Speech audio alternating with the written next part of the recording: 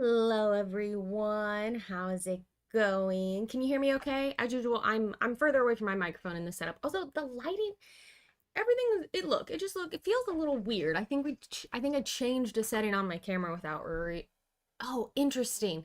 My camera has changed its settings from what I had it on yesterday. I don't know why. I didn't change the setting, but it is not what it was. I'm going to make a quick adjustment. I was like, why does it look weird? Hi, Twitch and YouTube. We're live right now on both. It's an exciting time to be alive. So hello, everyone. It's so nice to see you. Let me just do an awkward, like, hi, here I am. I'm just going to adjust slightly. Is that what I want?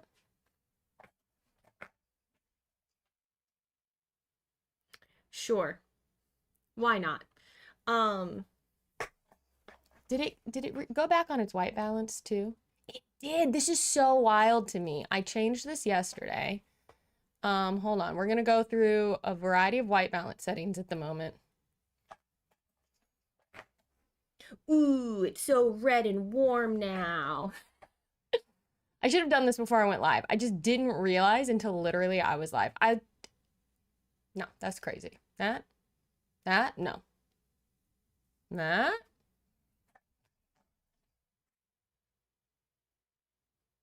that's terrible. It's like I'm in an oven. Ugh, I hate that I'm doing this live, actually. What was it on before? Just leave it on whatever that was. It's fine. Look, this is what it looks like now. This is just what it looks like, and we're going with it, and it's fine. It's warm and terrifying. Okay. Y'all, season 4 of Final Girl is on Kickstarter right now. Crazy. And I have currently two of the feature films that are part of that Kickstarter. So we thought, you know what would be fun? What if we mashed them up today? Ooh, if it makes me look tan solo, then that is um, it was Nightbot mad at stream elements in the YouTube chat. I love to watch my two different mods fighting in a chat. Okay, let me focus for a moment. Let's focus for just a moment. We're doing a mashup today. And it is going to be, so I have the Rotten Harvest and Bad Times at Buddyland. So today we are going to be playing with a killer from one and a location from the other. We're going to be playing Billy the Bear as our killer, who has somehow gotten into the cornfields of Shady Acres. And it's gonna be a lot, and I'm gonna need y'all to help me keep track of things. You were backer number 3, Turnip? That's wild. That's pretty wild. So let me just say a quick hi to people. Hello. Hi, Ultrasonic Color, Clorp Donk, Soli, Bored at Home, Kestrel, Solo, Wayward. Diane, how is Belgium today? Is it cold there right now? Zumherger, Dark Satanica, Hornus Camelus, Enderbean, Stream Elements, the Nightbot getting mad at Stream Elements in my YouTube chat, which is very funny. And Scoggins, Jason Tibbs, Rhyme Pin Dragon. We'll do it live. Look, we'll do it live. Focus? Picture seems in focus to me. Luckily, the picture's in focus at least. Divesha, hello. I don't feel like I'm saying your name right at all, but how's the Netherlands today? Veldo von Steel, hello from Wales. Wow, we have a very international crew today. And it's so nice to see everyone. Okay, so I have some setup. I'm partially set up to go, but not fully set up. So we are going to finish doing setup here together, and then we'll dive into the game. So why don't we just switch on over to the gameplay screen here. Here we are. Beautiful Shady Acres. I actually didn't check, y'all. I'm a mess. I did not check my Okay, great. That's pretty good. It's like I didn't check my close-ups to make sure they were aligned how I wanted them to be. I'm just going to shift this slightly. So as you can see, we have Billy the bear here at Shady Acres. Again, not fully set up yet, partially set up. I've got some of these things ready. And then we will be playing, oh no. Here we go. Vicky! We're gonna play Vicky today. She starts off with 5 health, so let me grab her health. I already have my final health tokens for both the killer and me. The killer and me. So 5 for me, and then Billy has 8. So he needs 7 more. 1, 2, 3, 4, 5, 6, 7. All right, 8 health for Billy, 5 health for Vicky.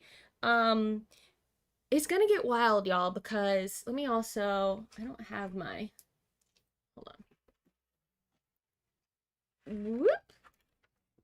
Let me get my fun little markers. I've got, that's fine, just dropping cardboard bits on the floor that will never be found again. There's my time marker. Here's my bloodlust marker. My horror level, my fun horror level mini is off in the other room right now. So we're just going to use the red meeple. You are not late at all. Hello, my name is 11. Not late at all. KY Smartman. The killer from Shady Acres is Grimlash, who is so the location thing we're going to be doing today is basically like Children of the Corn. Y'all, we're going to have Billy, minions from him, and other minions who aren't actually minions. There's going to be a lot going on. Grimlash, I don't know why I keep showing this upside down. This pumpkin guy is the killer here. I'll just show you from Shady Acres. And I do have a playthrough of Shady Acres that I think we did back in October on the channel. Oh, Ultrasonic Color on Twitch says, I think my next buy is Shriek. I love the Shriek one. That's one of my favorites. And I also really enjoyed Bad Times at Buddyland. So I'm curious how this will work mashed up. And I like imagining again that the children who are causing trouble in the cornfields of Shady Acres have somehow attracted these haunted animatronic characters to come.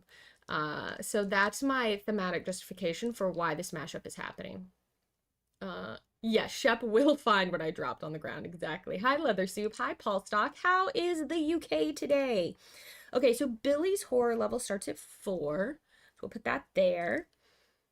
And then we will find out where we start ourselves momentarily.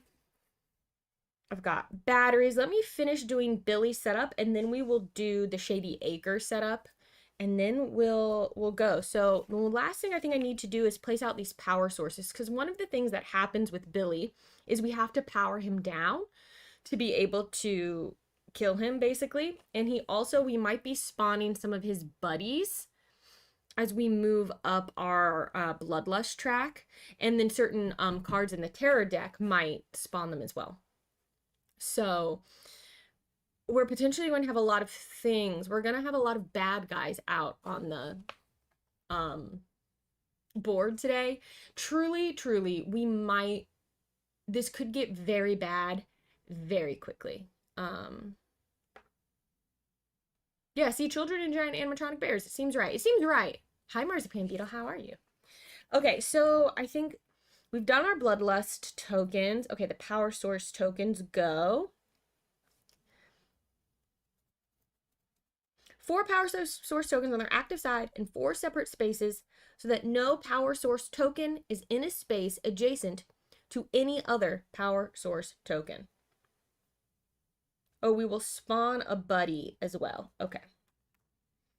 So I guess let's say there's one in Ralph's garage. I think that makes sense. There's one in the old barn. I think there's probably one hidden in this field. And then so that they aren't adjacent to each other. We could do this field or over at the farmhouse. Let's say over at the farmhouse. Okay, so those are not adjacent to each other at all. This could get meeply. It could get, we might have a lot of tokens and meeples on the board. Okay, then we need to spawn a buddy. So we reveal the top card of the buddy deck. We'll start with one. And place the card in the play area and place the indicated number of health markers on top of the buddy card. Place the buddy's token in any space adjacent to Billy, choosing a space that does not already have a buddy if possible. Let's wait. Once we've done our actual setup, we'll figure out where this goes because then we'll know where Billy is. So don't let me forget to do this. Okay, so let's do our Shady Acres setup then.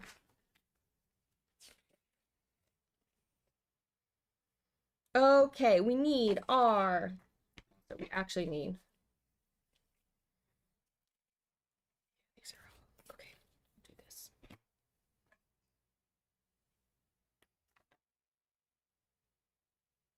Right here. I was like, what did I do with, what did I do? Okay, so we have the children, which I think we'll track here.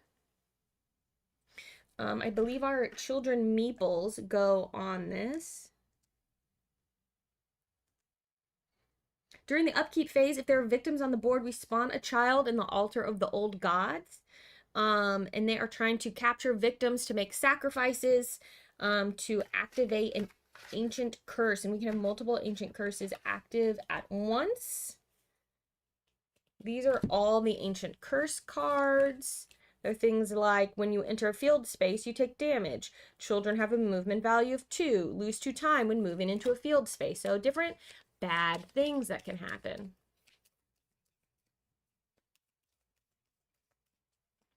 Ultrasonic Color says, I did Terror of Destiny. It literally did a domino effect, wiping almost every fated victim and normal victims in like 2 turns. Wait, which one is Terror of Destiny? I know they're very fancy sarcophagus. I think the Kickstarter right now also has, you can get like a pack of like screen printed special victim meeples that all have like screen printing on them to show like what they are. I was like, that's pretty darn cool. Let's put this, so our ancient curse is gonna live there. Okay. This will be our setup card. It's harvest season. We'll deal with the rest of that in a moment. Just get some of this. Oh, it's a vignette. Terror of Destiny. Is that in season 4? It's like Final Destination inspired. That sounds, frankly, that sounds awesome. Okay. Don't let me forget to pull an event before we start. Her items. Question for everyone. So we're playing with Vicky. While I'm doing another setup, do we want to play with Vicky's special item in play? Or would you like to wait and discover whatever that is for yourself? You guys tell me in the chat. And we'll either add it in or not. I haven't opened it, so I don't know what it is. But that's something we can add in. So we'll wait to deal with our items stuff. Okay. We'll prep our terror deck, and then I will do the rest of what needs to happen and go over the rules for how the children work. Oh, that vignette's from season 3. Ooh, I should see if I can get that. That sounds fun. Don't open it if you haven't won with her yet. I'm constantly playing with new people, so I never get to use it. So the question is, do you all want to see it? If you want to see it, we'll play with it. But if you would rather discover whatever it is for yourself, I won't.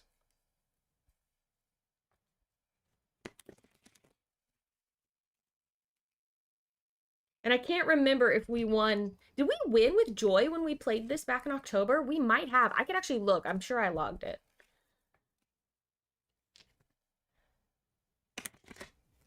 Oh my gosh, I'm doing a that was the worst shuffle I've ever done in my life.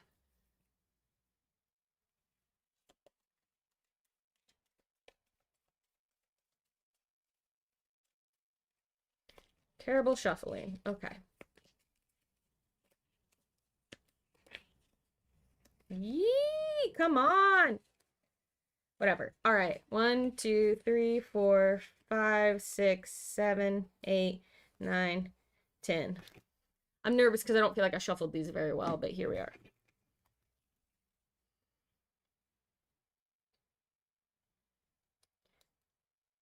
Oh yeah, I'm constantly saying I should sleeve my action cards and I still have not done it. I want to get special Final Girl sleeves and I keep forgetting to ask them if they have any or tell them that if they don't, they should make them. But I'm never going to sleeve the terror cards, but I would like to sleeve my action cards because they are worn out.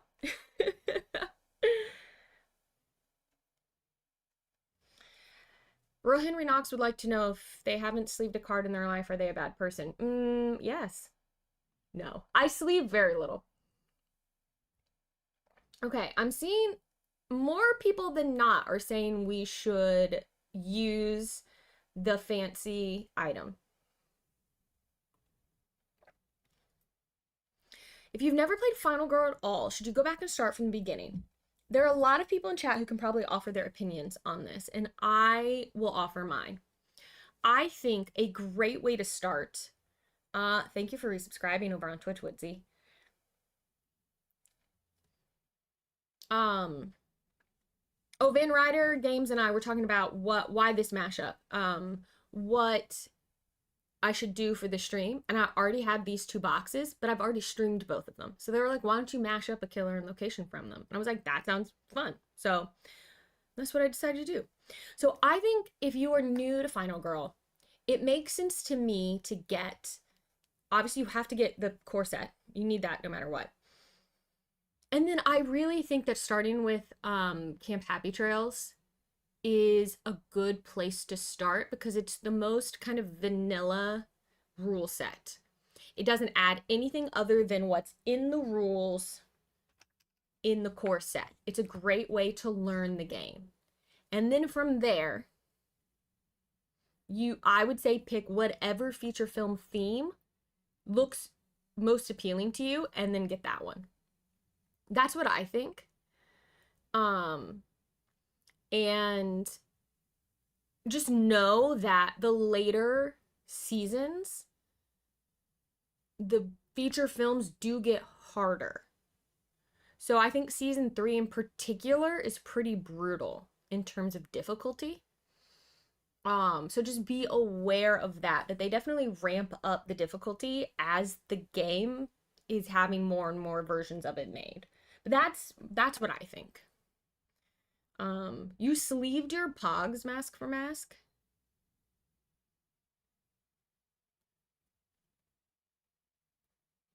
Yeah, bored at home. You've just kind of recently gotten into playing Final Girl, right? So yeah, I think your opinion's probably a pretty good one. And he agrees with me, so that's convenient. Okay, we are opening for Vicky's eyes only. Let's see what our special item is. I think we've earned it. I do think we've earned it. It's a taser. Vicky's taser. Whenever you deal damage to the killer with this weapon, place the killer on its side. Whenever the killer would move, stand them back up instead. So she can like stun people. That's pretty awesome.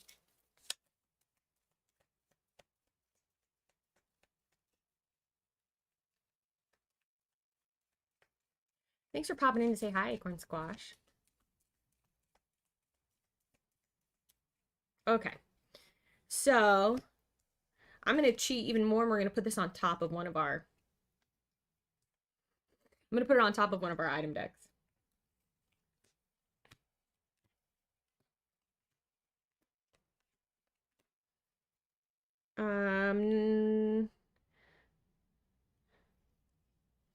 We'll shuffle it in though, so I won't know which item deck it's going on top of. Well, thanks, Jacob. I made that starting screen honestly specifically for just this stream.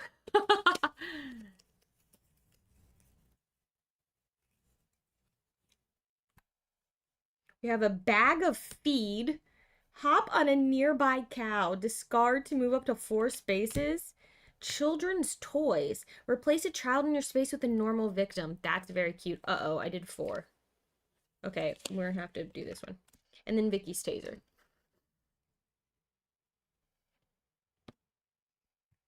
Okay. So Vicky's taser is in the old barn. Child's toys are in the McCoy farmhouse. I think thematically that feels appropriate. And the bag of feed is in Ralph's garage. I'll be honest, that probably makes more sense in the barn, but that's fine. That's how the shuffle shuffled. Okay. So we've got our ancient curse. We have our children near the play area. Place a child meeple on the altar of the old gods. That's here. The other children are on the children card. Oh, we need our children token. Because on our killer phase, y'all, we're going to activate the children, then the minions, then the killer. It's going to be quite a long killer phase. So I am using the regular dice, but I'm going to treat them like they're tier dice, everyone. Just so you know, and I'll explain that more in just a moment. Okay. So children act before the minions and then before the killer. The children are considered enemies, but they're not considered minions. They act on their own line and they will not do killer actions. Minions will do killer actions, but children will not. Only if it's specified that they're doing an action on a tarot card. They're mostly trying to abduct victims to sacrifice them to the altar of the old gods to activate curses. But we can attack children basically following the same rules as minions. They're going to try and abduct curses. Okay, or victims. Okay, it's not too terrible. It's just a lot to keep track of. So we're going to keep the rules right over here so I can reference them. This is a cornfield party. Okay, so I will talk about the tier dice. Then we will do our setup, spawn a buddy, flip over our event, and I think we'll be able to start and hope that somehow we can not die immediately. So, okay. Yee!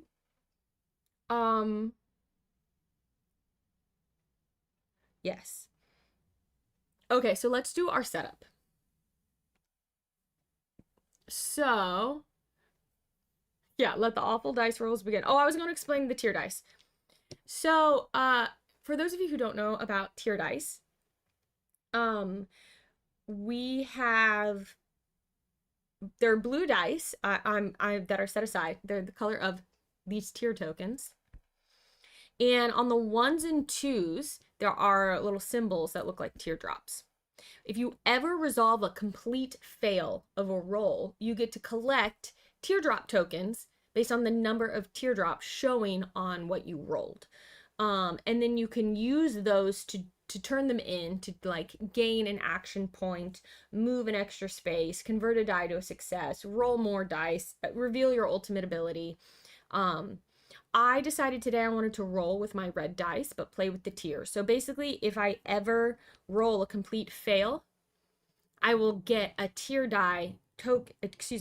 token for every 1 or 2 in the roll. So while they are not showing on the dice, I am going to collect tier tokens for my 1s and 2s if I ever resolve a complete fail.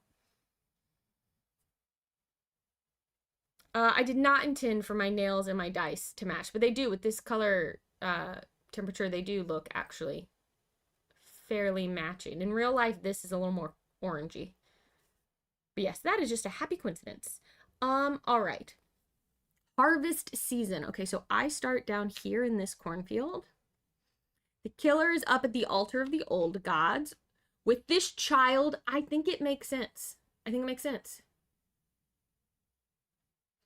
You get the tiers even if you choose to fail instead of discarding cards if you get a 3 or 4, but only if, so if I have a 3 and a 4 and this is a fail because I chose not to convert, I would not get tiers for that because it only happens if you have a 1 or a 2 showing. So if this is what I rolled and I chose not to convert the 4 into a success, I would get 1 tier token. Yeah, Woodsy says, so an animatronic delivery van on its way to Buddy's has crashed and unleashed a horde of evil robot restaurant mascots on the sleepy but also cursed town of Shady Acres. Exactly. Are you allowed to unleash chaos in this playthrough? The people on YouTube won't understand what's happening, but that could be fun. BB2442 over on Twitch. So if you'd like to, I'm not sure exactly how we would resolve it in the game, but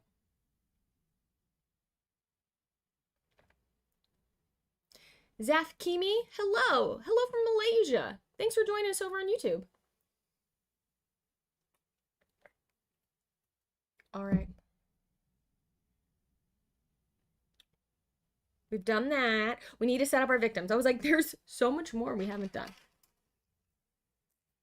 And then we're almost ready. That's not so bad. 30 minutes into the stream, we'll be almost ready.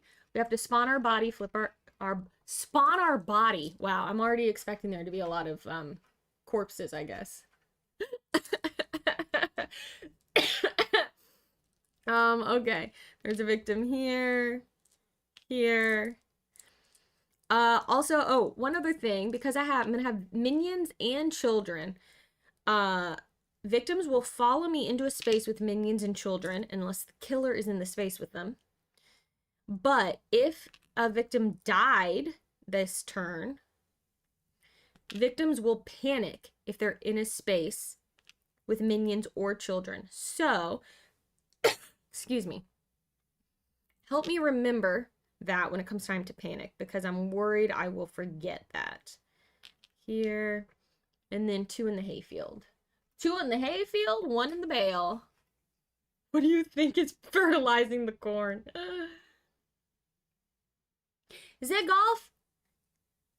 This is a fun, so I am mashed up here. I've got the killer from Bad Times at Buddyland and the location from Rotten Harvest that we've mashed together. So, which is one cool thing about the game, is you can really put any killer in any location and see what happens. Okay, so we've done that. Let's spawn our buddy now that we know where the killer is. So we have Roxy Hart. Is it this one? No, that's Boris.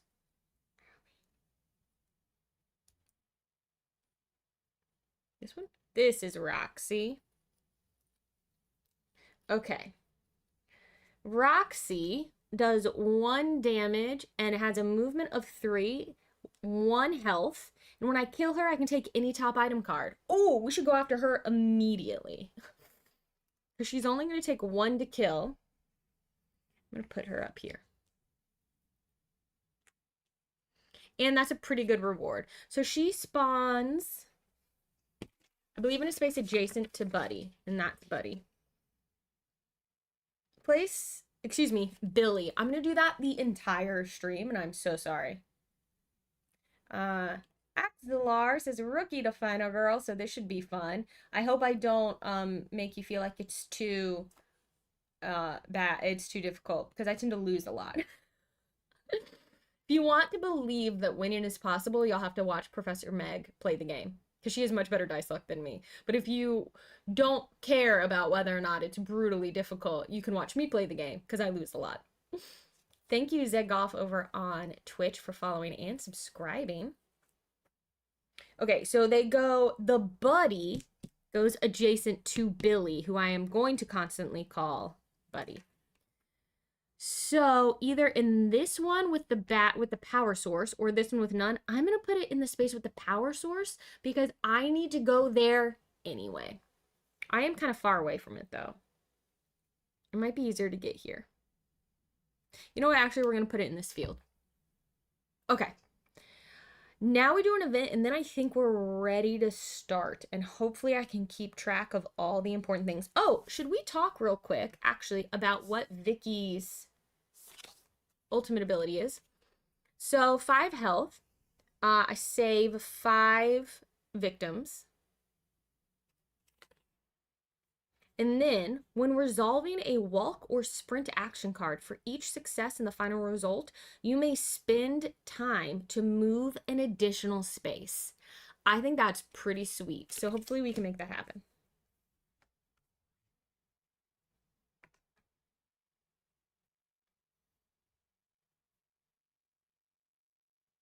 Oh no, E-Drain Bose. Why did they keep it on the shelf if someone reserved it? I am so sorry. That is such a bummer.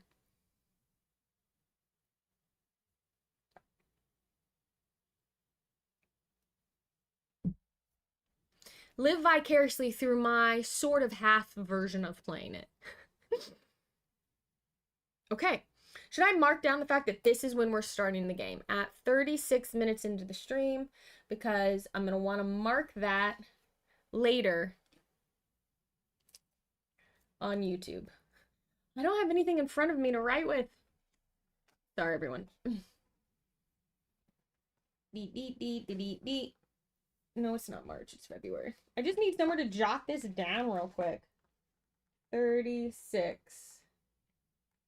is when the gameplay starts. I like to put chapters into the YouTube video after, so those of you who are watching not live can skip around, because I think not live, this opening 30 something minutes of me just talking is probably not very interesting. That's more fun if you're here with us live when it's happening, right? Okay. Great event. Also, I'm hoping y'all soon-ish, late at some point this year, I'm going to be in a new studio space. And I'm hoping that means I'll be able to have a lighting setup where I'll be able to help mitigate more some of this glare I always have up here with my lights. So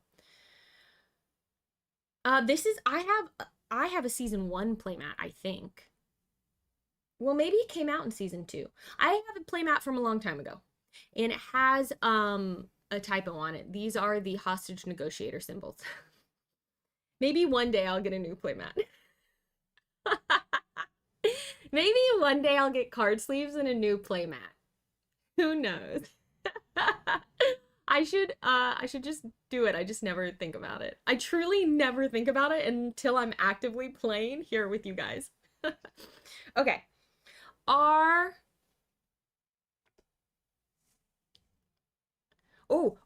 I know. Let's use our handy document camera to see what this is. Sally McCoy has 2 humps because Sally is a camel. Place Sally in the McCoy farmhouse. When Sally is saved, find the Combine Keys item card. Reshuffle the item deck if necessary. If you already have the Combine Keys, gain a time. Ooh, I don't hate that. Let me grab my special victim. She's in the farmhouse. Okay, great. There's old Sally. Put her down here to try and help us remember. Alrighty. It is time.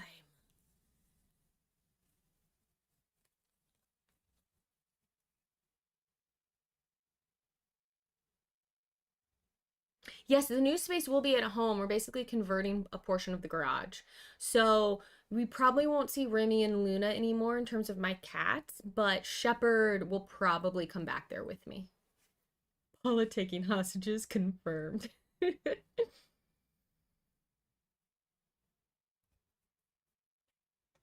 Yes, we've been working, a peek behind the curtain for anyone who is interested here. We've been working on this garage conversion for literally an entire year now. It started in February of 2025, and it's been sitting, waiting in permit hell for like 4 or 5 months right now because of look, I don't need to go into it, but it should have been done like in September. But they should be starting again soon to finish out the inside, and then I'll be able to use it to be able to do a lot more, I'm hoping, so. Okay. So we're here. Let's remind ourselves how the power sources work, because my thought is we come here, deactivate this power source, pick up this victim, and try and save them as like a beginning of the game situation.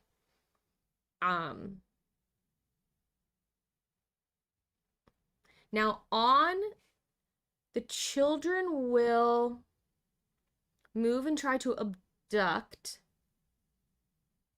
What is their movement? 1 movement. They aren't going to be, this child isn't going to be able to get anywhere this turn.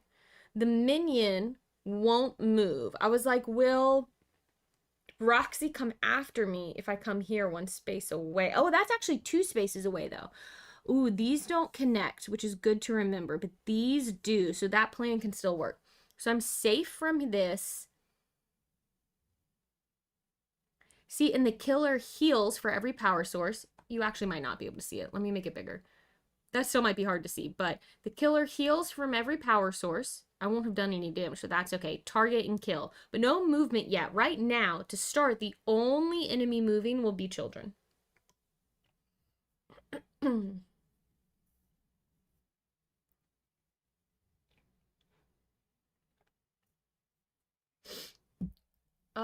Defease, yes, it should allow for a lot more ease for live streaming with other people in person as well. Yes. Okay. So we're going to double check the power source rules. When deactivating a power source, flip the token to the inactive side. You may deactivate a power source by spending 1 time while in the space with the token, even if you're just moving through the space. So the first thing we're going to do, which is how we often start, is we're going to attempt to walk. Can we do it? The horror level starts at 2. And honestly, we should also probably try and focus because the horror is going to go up like crazy. But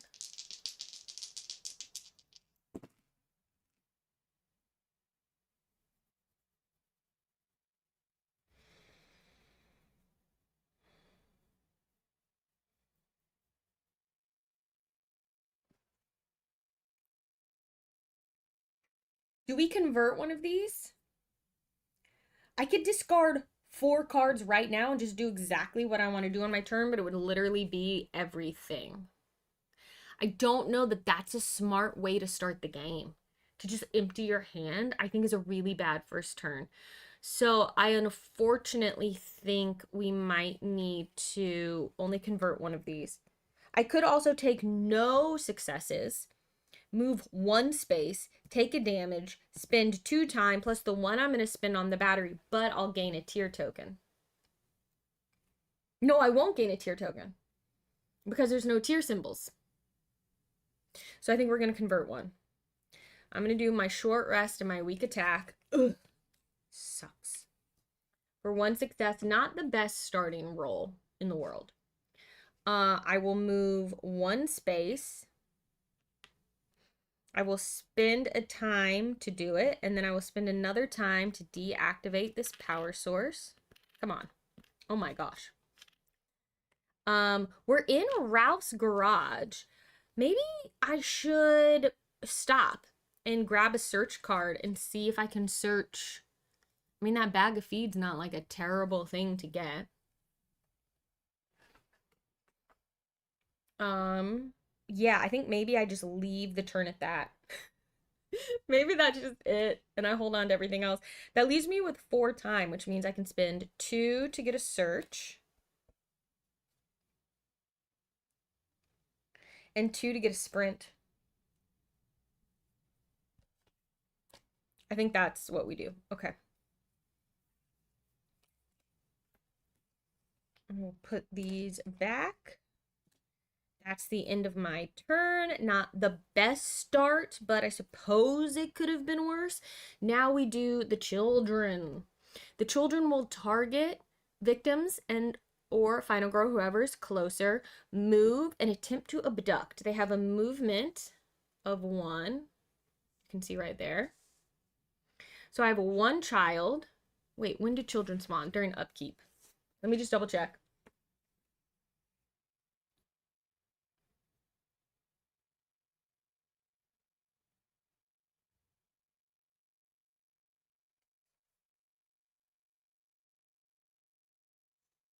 I think 1 spawns every, yes. Oh, it's literally right here. During the upkeep phase, if there are victims on the board, you spawn a new child. Okay, so we're not to upkeep yet.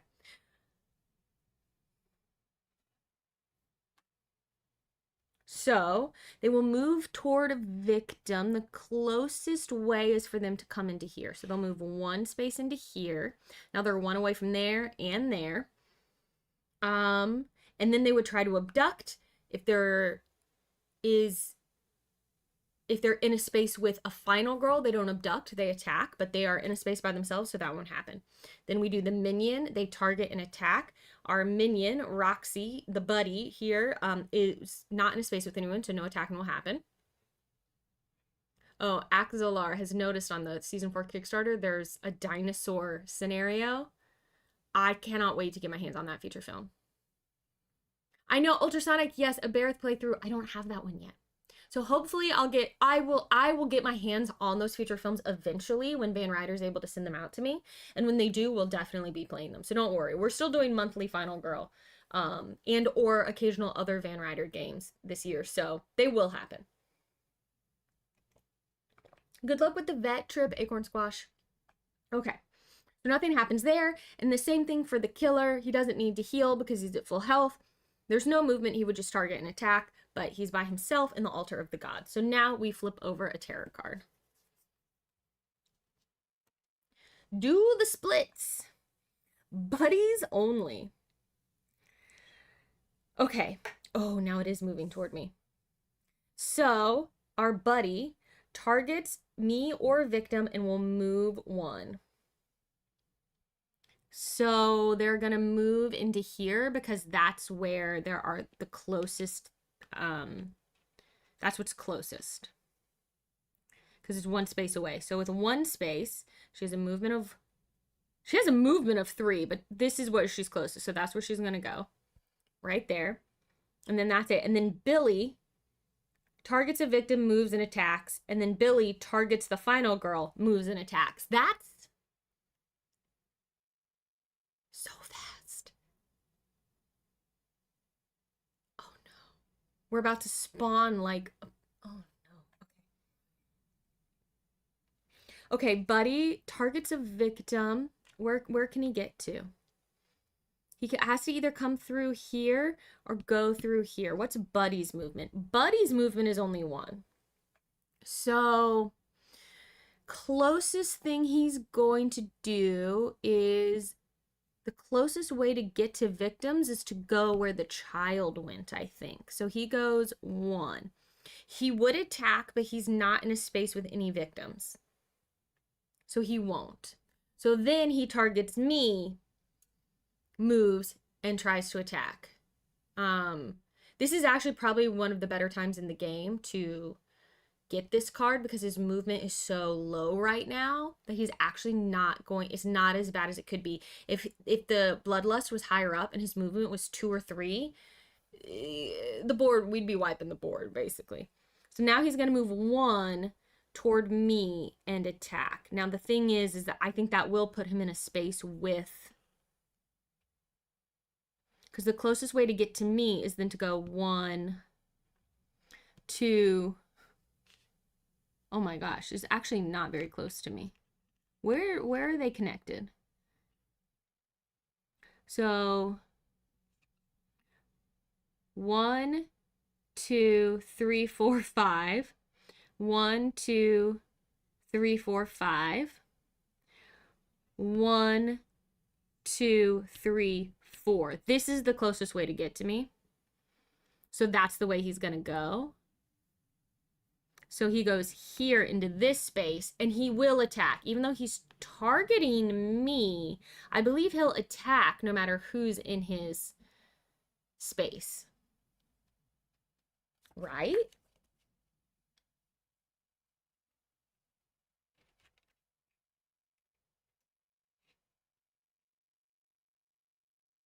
Correct. Okay. He'll attack no matter who's in the space. The targeting is just for the movement.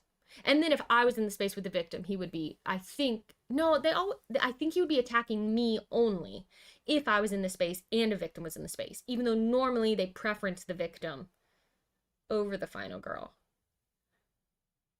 We'll deal with that. We'll look it up when we need. No, let's clarify right now since we're talking about it. Edrain Bose on YouTube wants to know what are other good Van Ryder games.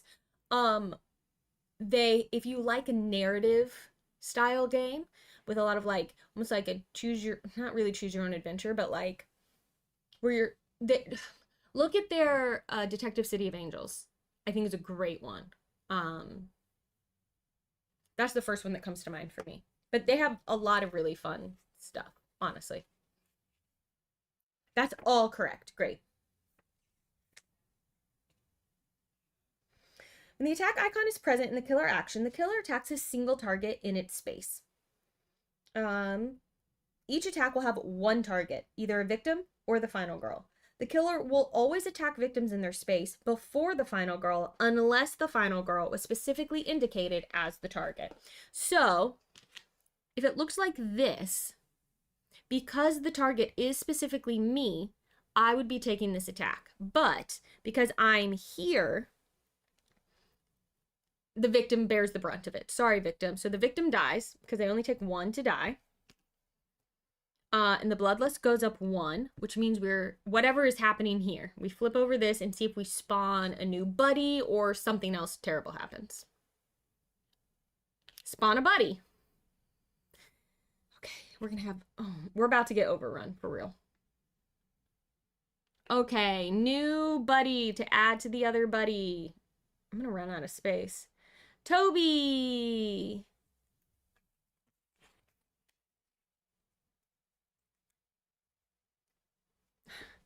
I don't know where to keep everything.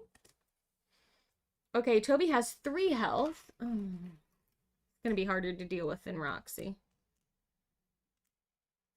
He has an initiative of 1, so on the minion turn, he'll go first.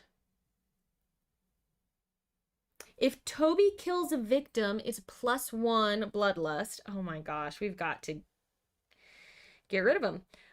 He has an attack of 1 and a movement of 1. Something crazy is happening. Oh, Twitch, sorry, something wild happened on Twitch right now. Which is that I just got reminded I need to hydrate. Thank you, Jacob. Okay. Kill reward to time back.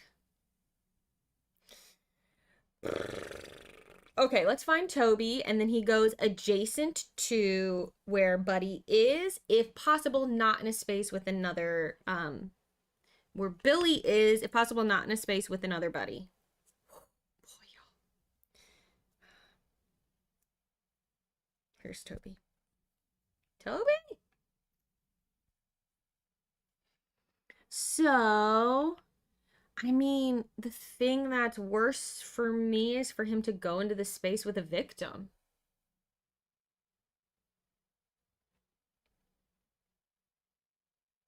The bloodlust, I mean, the horror level is about to get out of control. I want to put him here, but I don't think that's where I can put him. Like, let's be real.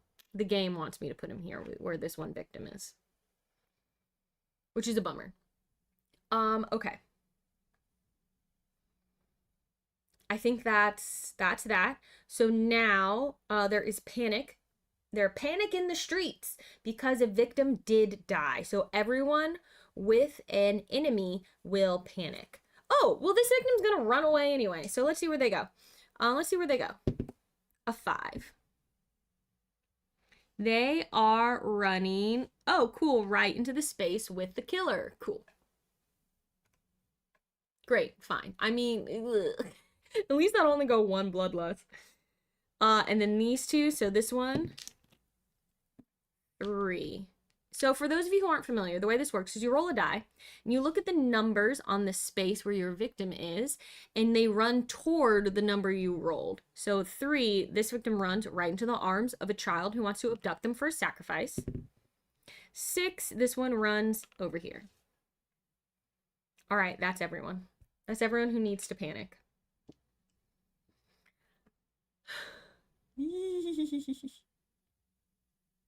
Oh no, Grendel's arm. You had a rough time with it. Okay. Then, upkeep phase. We spawn a new child on the altar of the old gods. And it's my turn again.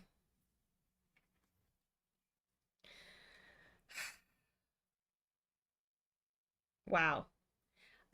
I'm really scared. I'm worried I'm gonna let this like run away from me.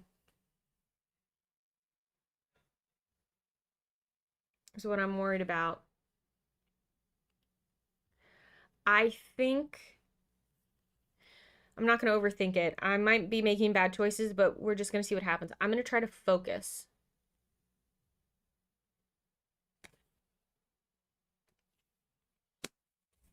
So I'm gonna, which will help me hopefully bring down the horror level. So I'm gonna roll 2 dice because pretty soon it's gonna go back up 2 again, and I really don't want to be here because then that's in territory of only rolling 1 die, which is just brutal for me. Holy moly, y'all, that is 2 successes, which means I gain 2 time. I'm so calm, and the horror goes down by 1. Okay, that gives us a tiny buffer. I would like to search in Ralph's garage, which might help me take an item. So again, 2 dice. Please don't get no failures, because that will hurt the horror.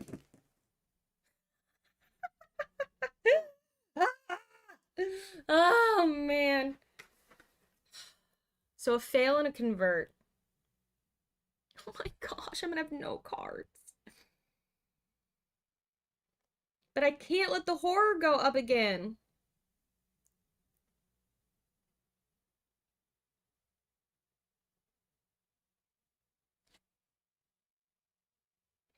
All right, I have a plan, I hope. Okay.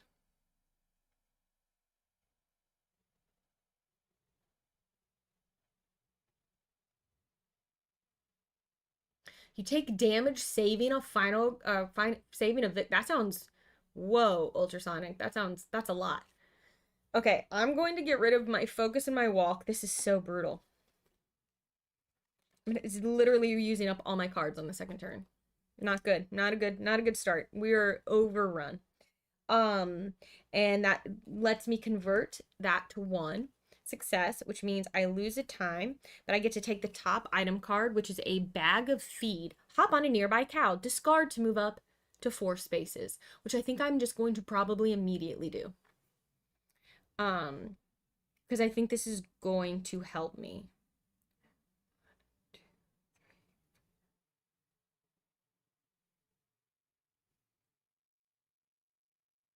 Yes, I have a plan. I have a plan, y'all. Okay, I'm going to use this bag of feed immediately. I'm just going to discard it. I'm going to keep my sprint. And I'm going to immediately move 4 spaces, which means this victim and I, that is the second time I've made that reference. So if anyone's keeping count, 1, this victim runs away at this exit. They get free. I put them on my card, which is going to give me a time back. Whoop. 2, I grab this victim. 3, they run away. I'm going to have them give me move 1 space. And then the 4th from my cow, I'm riding right into the space with Toby.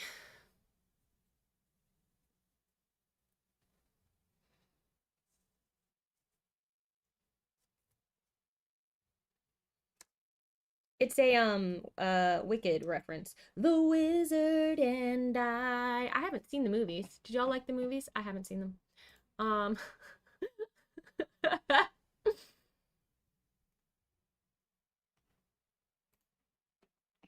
Okay. I feel like that was a decent combo to try and mitigate the fact that I have used up all my cards. It's not ideal. Okay. So now I have 8 time. And I am in a space with a baddie who is going to be attacking me. And so I'm going to spend 4 of that time on a retaliate.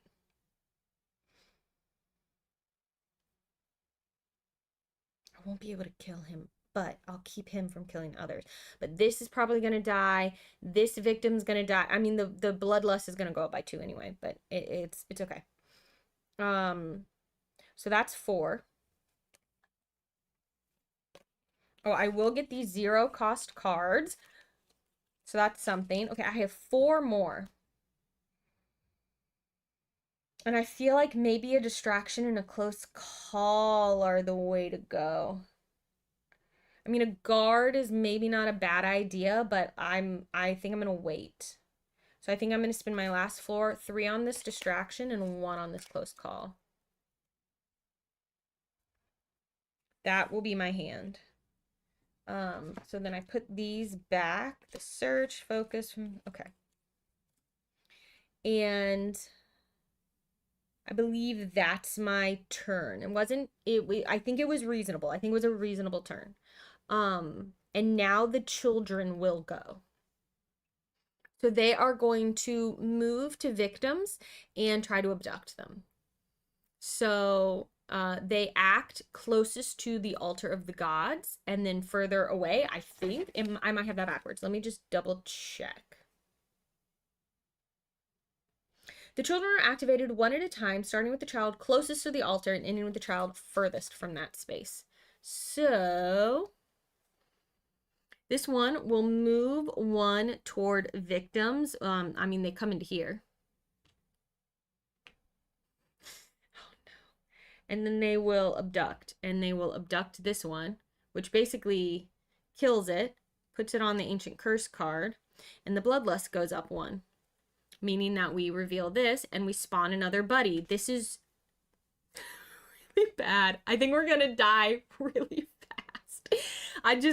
We can't. I mean, this is just really out of control. Now, this buddy will not act this turn. No, they only don't act if they spawn during the killer phase. Cool. Cam. Victims do not panic if Cam is the only enemy in their space. And if you kill them, you get a guard card. I don't even know where to keep all these cards.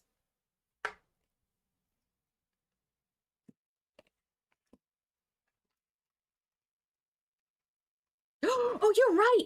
You're right. Oh my gosh. Thank you, Dragon God 8, saving me from total disaster. You're right. They don't automatically take the. I was like, how in the world am I going to do? They roll a die to see if they abduct. Thank you. Thank you. Thank you. Thank you. Thank you. Let me put this back. I mean, I do know that that's what this is, but that's okay. They roll a die. On a 1 or 2, they abduct. On anything else, they don't. So, let's see. Let's see what happens. A 3. Okay, they don't abduct. Woo! What a relief. Okay, now the other one will try it, though, and will try to abduct this victim. So, it could still happen. Oh, yeah, now I rolled a 2. Okay, now it happens. But that could have been much, much worse. Okay, so now all the other things happen. We spawn the buddy because the bloodlust goes up. This one goes on the ancient curse, but it is not as bad as it could have been. That's for sure. Okay, now we get the buddy with the 2 hearts. I appreciate you, Dragon God. I appreciate you. Let's find Cam. What is the win rate in Final Girl? Lewis OK wants to know. For me, it's quite low. I would say I win 20 to do I win maybe even 30% of the time?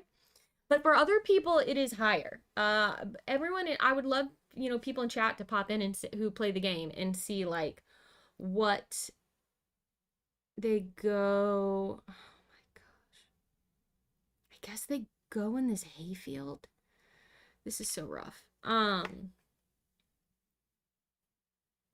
Oh, Dragon God 8 wins half the time. 50%. I'm impressed. I wish I won 50% of the time. Okay. That is the children. Rough. Then the minions who will attack. Okay. So they aren't moving. So no one's in the space with this one. Let's come back to the one with me.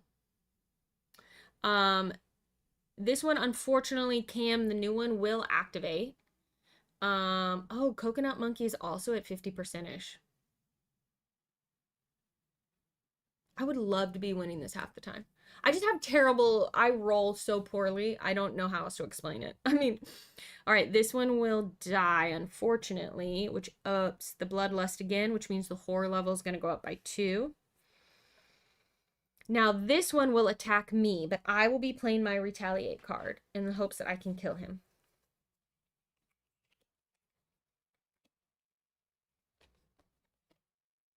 Ginny says, one of my favorite games to lose more than win. Dark Satanica, 10 plays, 4 wins. Though one of those wasn't played properly. Woodsy, my win rate is 55% in 84 games that I play with tier dice and a random signature action. That I have not been playing with signature actions, but that could be something that would be fun to start throwing in because I do have them. E-Drain Bows, I win about 60% of the time, except against Razorface. Solo, 30 to 35% of the for the first time playing locations and killers. Hoopy thing, my win rate is dreadful. You and me both. But a lot of mine are first playthroughs. Because a lot of times when I'm playing like this, it's with a new set that I haven't played before. So we'll call it that. Okay, we're playing Retaliate. I'm rolling 2 dice. I really, really want, because I don't have any weapons, I really want 2 successes. Do we think we can do it? I'm going to move right here.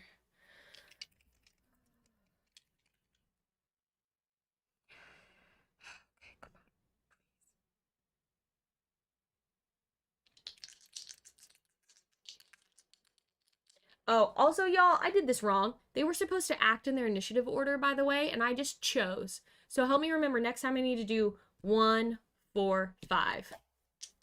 Just to be clear, I did that incorrectly. I can't even convert that. Okay, 1 success. So I will take no damage, but I'm only going to deal 1 damage to him, and I was really hoping to deal 2. But I've dealt 1 damage. I really need a weapon.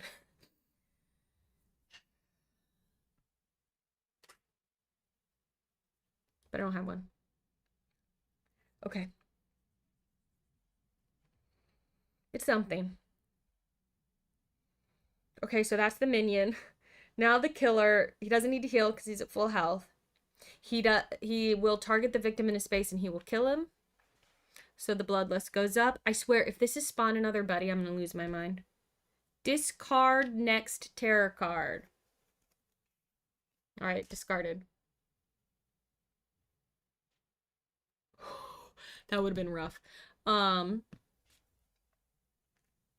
Now we actually choose a terror card. Surprise!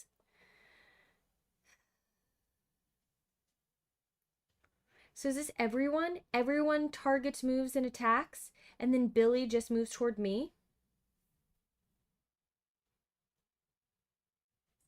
Is that how we're, hold on. Is that how we're interpreting this?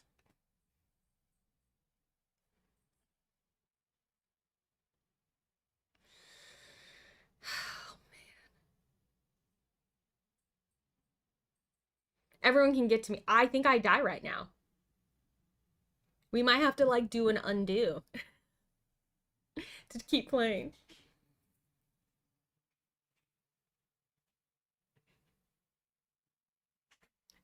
Cam won't move, but everyone else will move toward me. They'll move to whoever they're closest to. So Cam would stay. This one will move into my space. And I actually think the killer will go after the victim. Because he's equidistant between me and the victim, and they will prioritize the victim first. Oh my gosh. So this victim dies. Bloodlust goes up 1, and now the dark power is revealed. Introducing Billy Jr. Spawn Billy Jr. in Billy's space. Oh my gosh. Y'all, this is so bad. Is he a special buddy?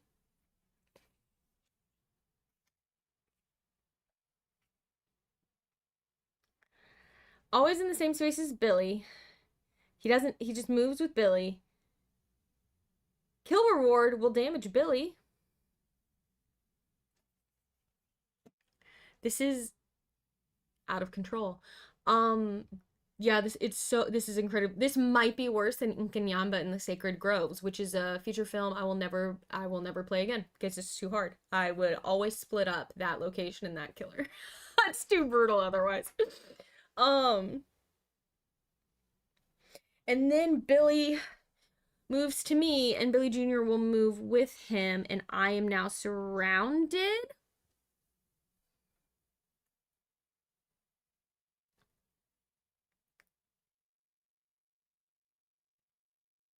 Cool.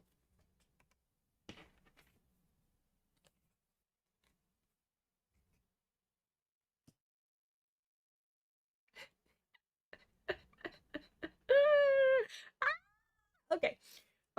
Great. Cool. I think that's the end of that. I think it's my turn. Great. Okay. Great. Just really, really good. Just really good. Um, what should we do?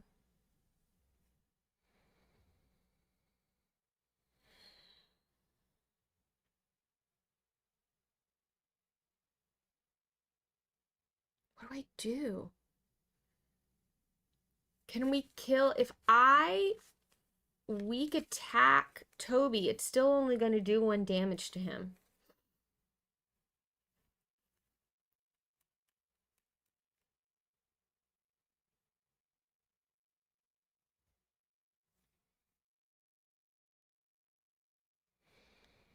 I truly don't know. I mean, the upside is they aren't going to go after victims, which will hold off the bloodlust a little bit because they're in a space with me. They won't move away from me. So if I need to hold on to some time. I wonder if I should try and bring down the horror level and then spend all of my time on guards and like a furious strike or something. And just see if I can hold out with them all in my space. I think that's what I'm going to try and do. This is quite rough. So let's try and play a distraction. Roll 2 dice, see if we can give ourselves a little buffer with the horror level. So 2 dice. Come on.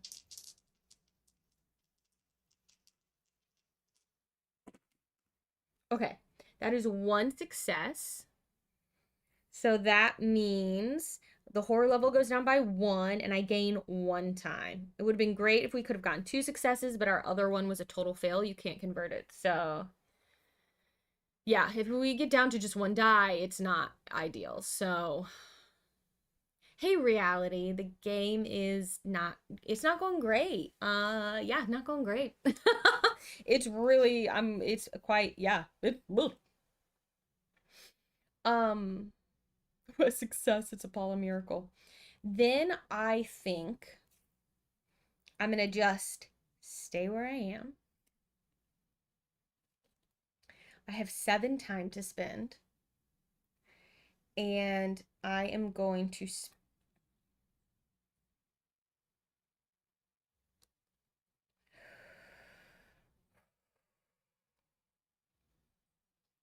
I spend 4 on 2 guard cards, that leaves me with 3. The Furious Strike costs 4, so I need to discard a card to be able to afford it.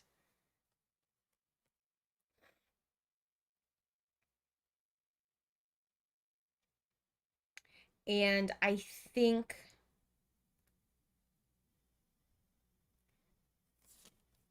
get a walk. It'll be the walk. I'll discard the walk card to get 1 more time to have 4 to be able to pick up the Furious Strike. Because I am going to get a walk card back with my 0 cost cards. So your hand limit is 10. So let's see how many I have. 1, 2, 3, 4, 5, 6, 7, 8, 9, 10. Okay, I'm at my limit. So I can do some stuff with this. And hopefully I can survive long enough to take out at least Toby here.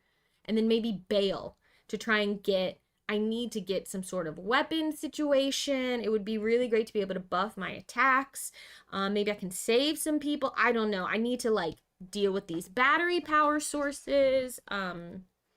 So I'm hoping to just survive, do a little damage, and then run away. Is my hope. Because at least if you kill a buddy, they're out of the game. They won't come back. So this goes here. This goes here, and this goes there. That's my turn. That's my turn. Scary. Oh, you know what I could have done? I could have tried to do my weak attack against Roxy, who is in my space. She only takes 1 hit. Sorry, I'm actually going to retcon something. I had this weak attack in my hand. I think I am, before the rest of it happens, I'm going to say I would have done this. Because even if it would have ended my turn, it would have been the last thing I've done. It's not going to cost me any time to do. I just might take some damage. But I think I'm going to try to kill Roxy right now before the end of my turn. So I'm going to retcon that I did this before I gathered up all my other cards. So I roll 2 dice. Come on. Okay, that is 1 success, which does damage me. But I do 1 hit to Roxy. So that will kill her. So that's something at least, actually. So I get to take any top item card when I do this. Oh, okay. This was good. This was good to do. Sorry, I just wasn't thinking through, but it really changes very little for the turn. So that goes into my discard pile, though. I won't have it in my hand for next turn. But really, that changes very little. So I think for the top item card, I think we should take our taser. Because what this does... Here, actually, let's show it on the document cam. I think that'll be easier for y'all to see. So, it must be used at point blank range. It does 1 extra damage, which will be very helpful. And then, whenever I deal damage to the killer with this weapon, place the killer on its side. Whenever the killer would move, you stand them back up instead. But I only get 2 uses out of it. So, it is temporary, but it's something. So let me put 2 little markers on it, so I'll remove them as I use it.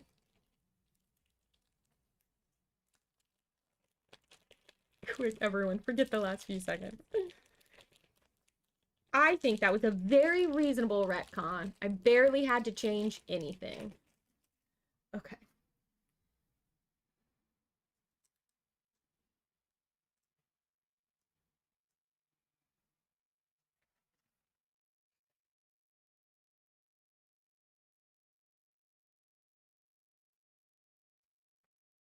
Hold on.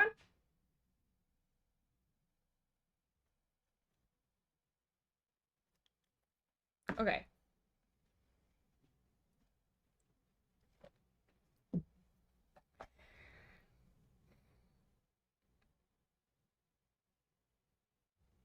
The thing is I cannot damage the killer and while there are buddies in Billy's space.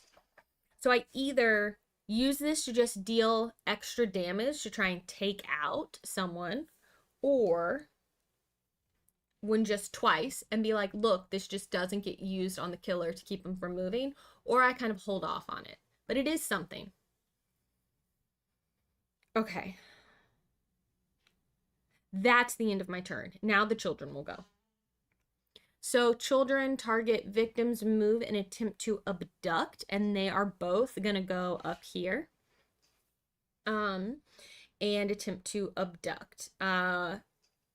So we'll do this one and then this one. So we roll a die. On a 1 or a 2, they successfully abduct, and on anything else, they don't. Oh my gosh. Okay, 1 successful abduction. So this one goes onto the ancient curse card. 1 more, and the curse will activate. Oh wait, hold on. I think you literally actively take, hold on. Wait a minute. I'm sorry for all the retcons, y'all. There's a lot I'm kind of keeping track of. This is actually something I think I got wrong. When they abduct, the child takes them to the altar of the old god. So last time when one abducted a victim, they should have come back to the altar of the old gods. That's how this should have looked at the start of this turn. I apologize. I'm sure someone later in the YouTube comments has already corrected that. But that should have gone there because you're literally taking them back. So then this one would have acted first, moving here and attempting to abduct once. So let me just redo that whole thing. Okay, they will not abduct. If they had, then basically and the victim come back here to the altar. It makes sense if you think about it. And then the victim would have been sacrificed, but it didn't work. Now this one will move back toward the victims. So now he comes back into here, but he's not in a space with the victim to try to sacrifice. Okay, I apologize everyone for not catching that sooner. But I'm glad I realized it at least eventually.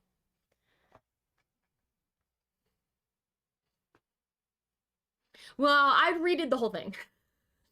Maybe that seems like cheating. That's not what I'm trying to do. But I was like, I did this wrong. They shouldn't have moved in. They shouldn't. Let me just reset this whole thing and go again. So that's what has happened.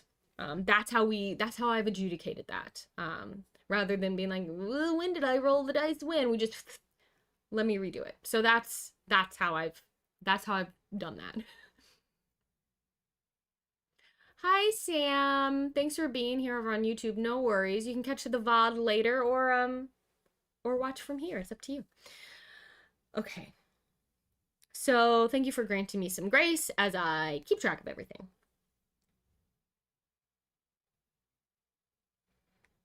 Okay, so we've done that. And so many retcons. So many retcons. I wasn't trying to cheat there. I was just trying to reset it in my brain. Okay. So that's it. That's the children. During upkeep, the last one will spawn. So don't let me forget that, which I might have forgotten last time, but look, we're doing our best. I can't keep track of how many turns it's been. It's not been that many. Now the minions will attack. So all of the buddies will attack me. Let's do this in initiative order like we're supposed to. So first it's Toby. This one, who would do 1 damage to me. I am going to play a... Should I save the guard for... Here's the thing. I could just take this.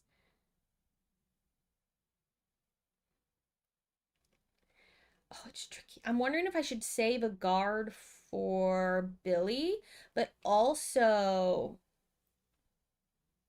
it's kind of, I think it might sort of wash out in the end. I can, if I'm successful, I can guard against 2 damage. It would be better if I do save 1 for Billy. So I'm going to do 1 guard now. Let the other 2 just do damage to me. And then I will save my guard for Billy's attack, my other one. So my first guard, try and stop Toby from hitting me. So 2 dice.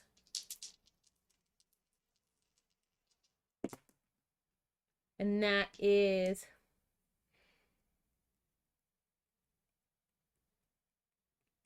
I'm going to let this fail. Because Toby's only going to do 1 damage, and a fail reduces the damage by 1. That's all I need. Grindel's arm, yes. I am in a space with Billy and 3 buddies. I sure am. It's pretty bad. And this will let me take a tier token. But that does actually keep me from taking this 1 damage. So that's that. Then Billy Jr. will attack me. I will take 1 damage. Then Cam will attack me. I'll take 1 damage. Only have 2 health left. Then Billy will attack me. He would heal, but he's taken no damage. And I will play my other guard and hope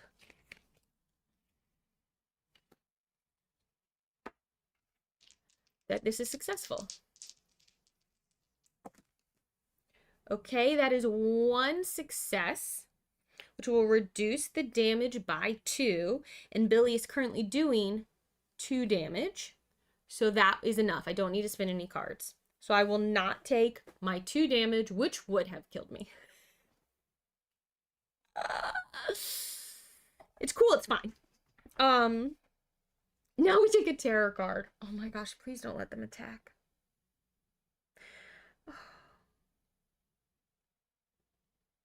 Maybe they won't attack. Maybe the children will do something. Maybe this will be a cornfield terror card and the children will do something.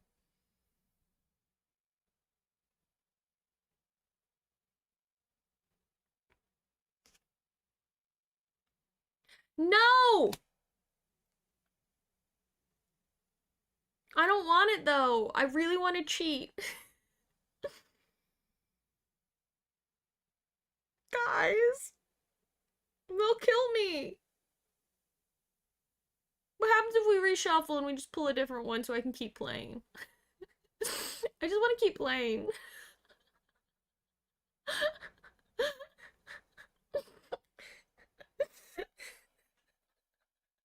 I just don't want the game to be over. I might have more health. Okay, here's the thing. We have 30, I agree. This is what Hello, My Name is 11 has suggested, and this is what I'm going to do.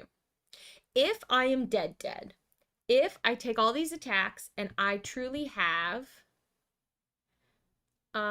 sorry, Nightbot is being quite aggressive in the YouTube chat, so I apologize. I need to adjust probably the mod settings in the YouTube chat, so sorry about that. If I have no health after this, we'll just rewind, reshuffle, and pull a different tarot card just so we can keep playing for 30 more minutes. But if I do have health, then we'll just keep going and see what happens. So, because I have no way to protect against this.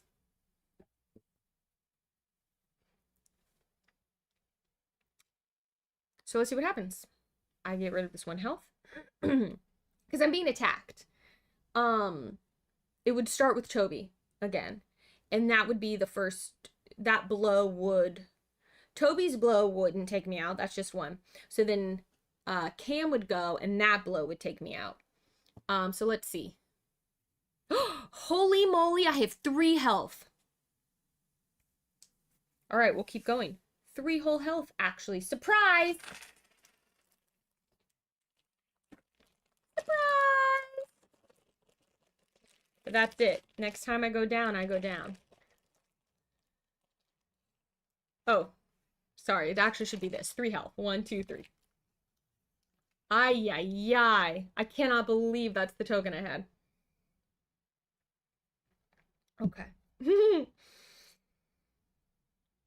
Great. We don't have to cheat. So that's, now it's panic time. No victims are in a space with the killer, but there are victims in the space with the children. This has been such a wild, did any victims die this turn? I don't think they did, so I don't think they'll panic because I'm the only one who took attacks, I think. It's taken so long that I have no idea, but I think that's true, so I don't think that those victims will panic. Okay, so no panic. Upkeep, our last child spawns out onto the board. And then it's my turn. In which case, I would like to attack. I might try and short rest, but the first thing I'm going to do is Furious Strike. The problem is if this fails, if I don't get 2 successes, my turn is over.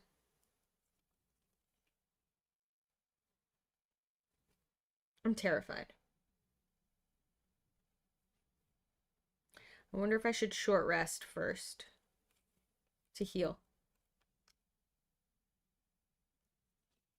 All right, I'm gonna... You clutch these 10 out of 10 at the time. Yeah, right. I'm gonna try and short rest first. And then, just in case my Furious Strike fails, I'll be able to take a little more damage. So let's see if I can gain some health back. Okay. 1 success, a possible conversion. I'll be able to take 1, 2, 3, 4.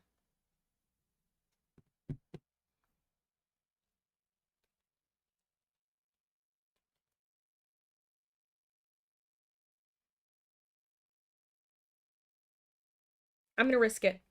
I'm going to leave it. I'm going to spend the time. I'm only going to heal 1. I'm going to risk it, and maybe that's a dumb choice, but I would like to save the cards to be able to discard for my Furious Strike. Kestrel, I did die, but I came back with 3 health, so whoa. Okay, now I will Furious Strike. I'm going to roll 2 dice. I am going after Toby. I could go after Cam, because that would give me a guard card. Maybe that's the smarter thing to do. Though if Toby kills a victim... No, I'm going to go after Toby. I think that's my focus, and I think I need to try and take him out. So, let's see.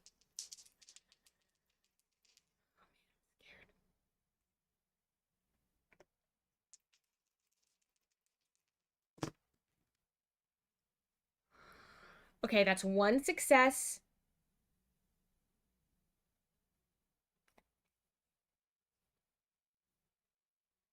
I'm going to use my close call to re-roll this. Come on, give me another star. Come on.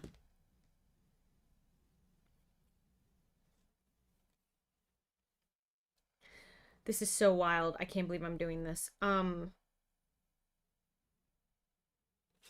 going to use my focus and walk. I'm going to discard them to convert that to a success, and then I have 2 successes.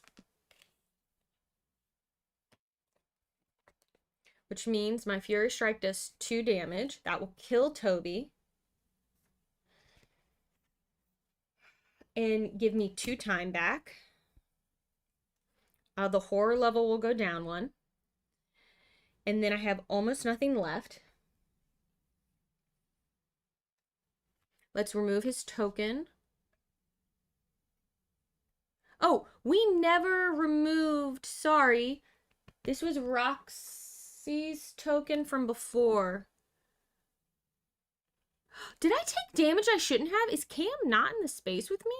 Oh no, now I'm confused. Was Cam always in this field?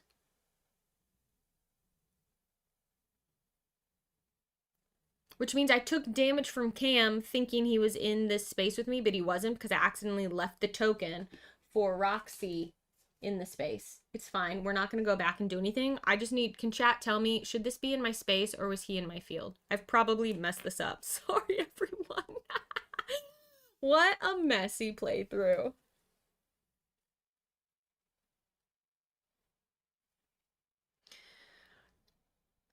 I can't remember if he came in this space with me. Anyway, let me know if he should be in there. We'll move him. I think he probably should have been, and he just got pushed to the side. I think they were all in the space with me, but just let me know for sure.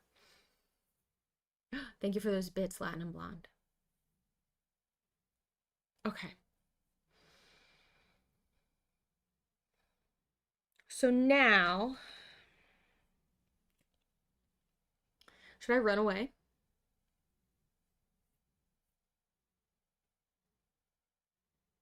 He's been in the field. So I actually took damage I didn't need to take. because I took damage like Cam attacked me, but he actually didn't. But that's okay. We're not, it is what it is. We're not going to redo any of that. We just know now that's what we get for not paying better attention. Okay. This is okay. I don't think he should have moved. And yes, a big thank you to Van Ryder Games for sponsoring this. There should be links dropped in chat that you can click on to see the Kickstarter that's happening right now if you're watching this in February of 2026. And if you're watching this not live, there is a link in the description of the YouTube video. Thank you, Icarus.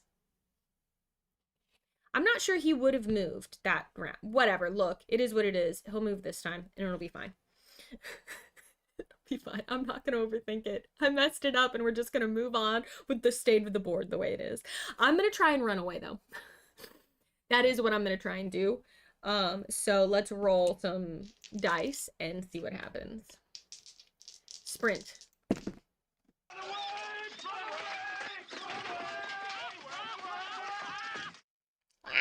I can't change that. I have no cards to convert to make this work. And unfortunately, I also cannot get tears from the fail, which I deserve. I am... Wow, that blows. I can move up to a space. Yeah, I should do this. Let me show you the options. When you fail, no successes, you can either move up to one space, take a damage, lose 2 time and in your turn, or not move, take a damage and lose 2 time.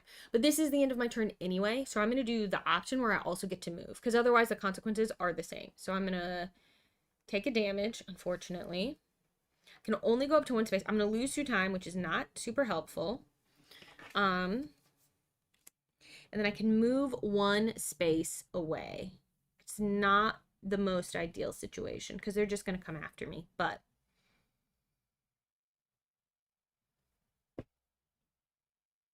and then I'm just going to hold on to this focus card. So, okay. Now I have 5 time to spend on cards. I am going to get a weak attack and a walk in my hand. I really need to... I should probably take a retaliate for 4, which leaves me 1 left.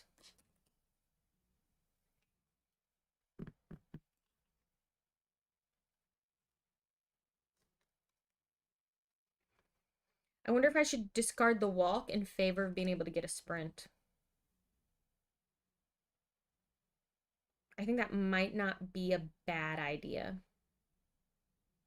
I'm going to discard the walk card to be able to get 1 more time. So that when I spend 4 on the retaliate, I have 2 left, and then I can take a sprint, which will let me move a little more than the walk does.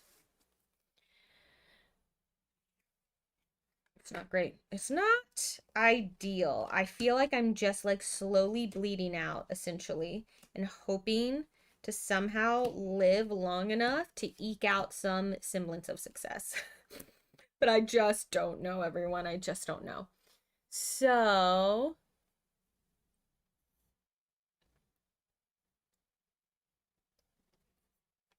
okay. That's the end of my turn. The children will go. This one, furthest away from the altar, is going to attempt to abduct. So on a 1 or 2, it works. A 4. So he does not abduct. This one will move into the space and also try. On a 1 or a 2, he abducts. No. This one will move into this space to also try and make that happen, but that's all he's able to do this turn. That is the children. Now the minions can't move. So Billy Jr. and Cam will just stay where they are. Also, the killer, me moving away 1 space, helped me so much. Okay.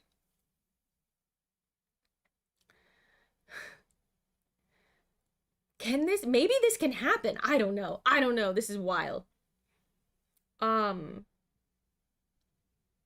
now we flip over a tarot card. Chow time. Place 2 new victims in the old barn. So many people there. And 2 new victims in the cow pasture. Oh my gosh, there's so many. I'm going to start to stand these guys up. There's a lot of people in the cow pasture now. And then draw an event card. Okay. All right. Now we have a special victim, Harvest Cultist. We must give back to our generous earth. The closest victim to you is now the Harvest Cultist. During the upkeep phase, move the Harvest Cultist 1 space toward you, and if they are in your space, you both move 1 space toward the killer. If you save the Harvest Cultist, lower the horror by 2. The closest victim to me is probably one of these. Because they're 2 spaces away and everyone else is much further away. So this one will actually become the Harvest Cultist.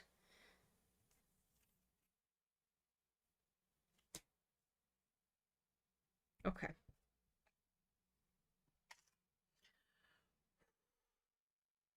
Great. More bodies for the corn party. Yeah. Oh.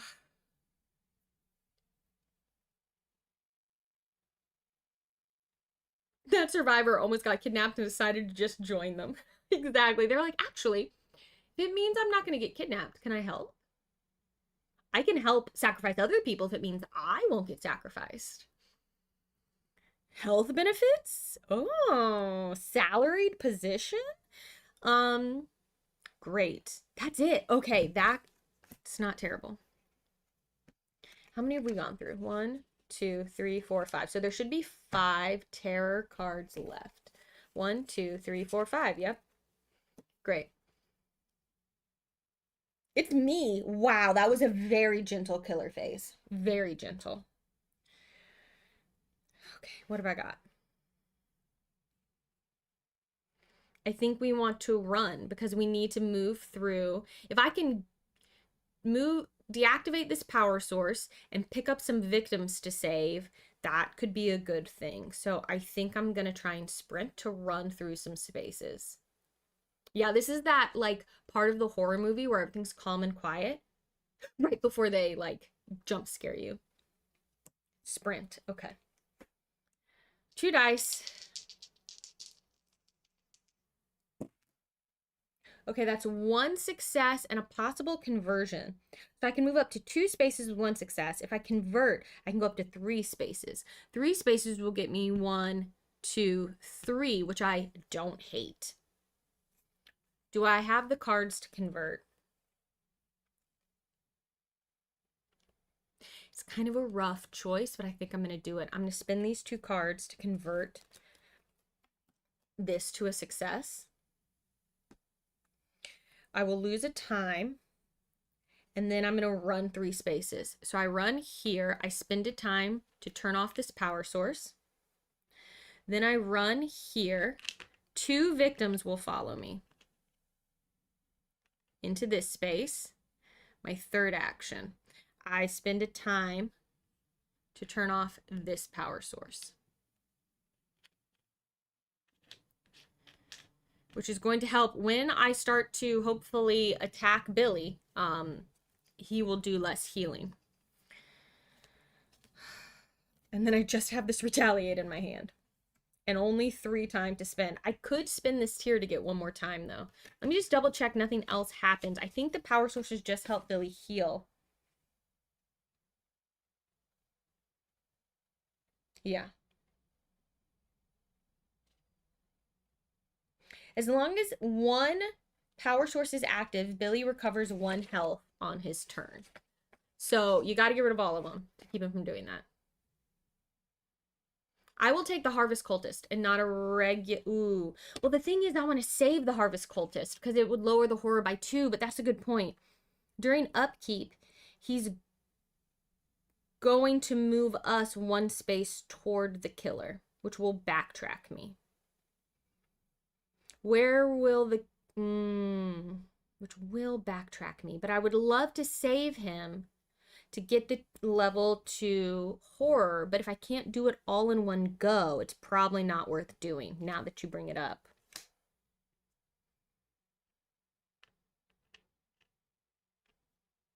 Good call.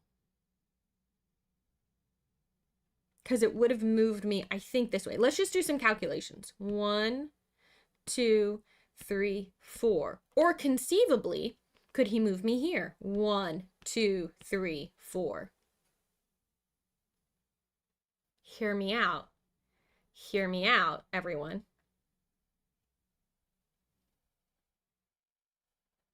That's a tie. He could move me one space toward the exit, which then would actually cause some people to be saved. Now, I know that's choosing what's best for me instead of what's worse, but I do think it's the funniest result, which is one of the things you can choose when resolving tie. So if you're ever like, I don't know these, what option should I choose? There's a tie.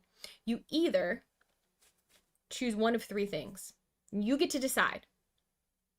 Whatever's most thematic, whatever is like worst for you, or I'll read exactly, or whatever's the funniest option. And you choose, you just have to do it consistently the whole game. And we haven't had to do it at all yet. So let me read you exactly what it says for people who don't know. You have apply one of the following rules. We recommend choosing one before you play and then sticking to that. But I tend to decide in the moment, and then that's what we do the whole rest of the time. The rule of infinite evil. Resolve it in such a way the result is the worst outcome for you. Rule of abject realism. Resolve it in a way that results in the most realistic or thematic outcome. The rule of never-ending hilarity. Resolve it in the way that results in the funniest outcome. I think that it is very funny and possibly realistic that the harvest cultist would go, let's go this way. And I'd be like, but wait, there's the exit. And then I would convince him to leave. And I think that's what we're going to do. So I'm switching this back. I think that's funny. And normally I go with whatever is like the most thematic, but I find that very interesting.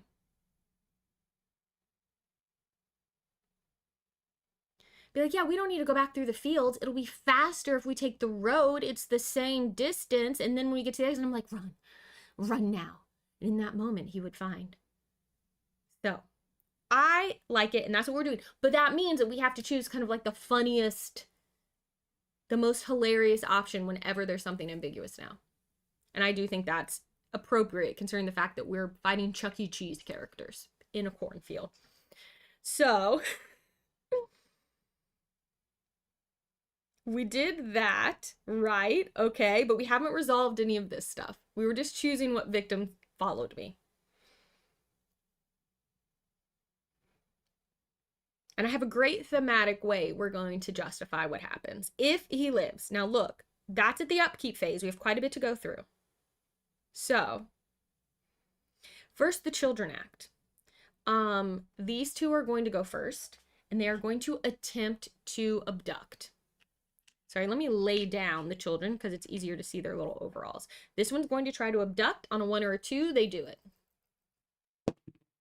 That's a 4, so no. This one will try to abduct. That's a 2. It works. So they bring this victim back to the altar of the old gods, sacrifice him. He goes on the ancient curse card, and the bloodlust goes up, which will increase our horror level by 1. Boo. Now this one will move and attempt to abduct. Don't do another one. Come on. Okay, phew. No, it doesn't happen. All right. Then the minions will act. Nothing happens because they don't move. The killer will act. He would heal if he'd taken any damage, but he hasn't. Nothing happens because he doesn't move. Now we flip a terror card and see if they move and attack based on that, which is what they've been doing the rest of the game. Animatronical. Spawn a buddy and draw the next terror card. This game is forcing me through these tarot cards. Okay, time for another buddy. Allie is here, a weird alligator. It's this one. We'll go, let's see, they have 2 health. Oops. They do 2 damage. That's nasty. An initiative of 3, 1 movement. Kill reward will lower the horror. So I do like that. I found that cardboard bit I dropped before.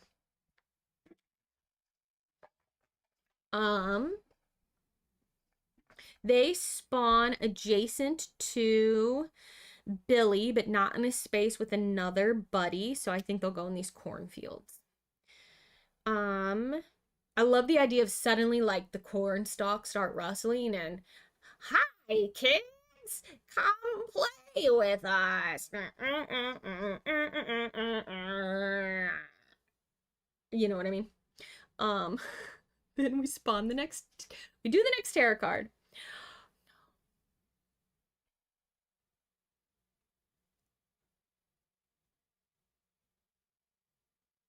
Do some curses help you? I have no idea, Grindel's arm. Okay, so we've drawn a minor dark power, renewable energy. You cannot deactivate any batteries or power sources. Now, luckily, we only have 1 left anyway, but we will need to deal with this because he's just going to heal 1 every turn until I deal with this. So this is 2 extra health that needs to be done, unfortunately. 2 extra damage. So we stick that up here. We'll give him 2 hearts on there that I need to remove. There you go. Oh, hello over on Twitch, everyone. We're getting a raid from Whirligig Games. Thank you so much. Hello, welcome everyone. We're doing a live playthrough right now of Final Girl. We are mashing up 2 of the feature films currently from the season 4. We have the killer from Bad Times at Buddyland in the location from Rotten Harvest. So we have Children of the Corn meets Five Nights at Freddy's, basically, is what's happening. What were y'all up to over there on Whirligig Games?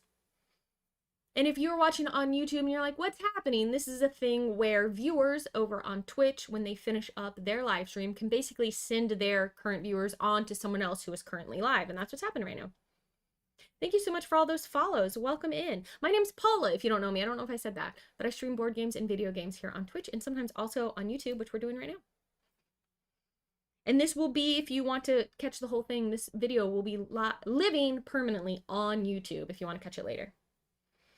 And if you don't know my YouTube channel, it is right here.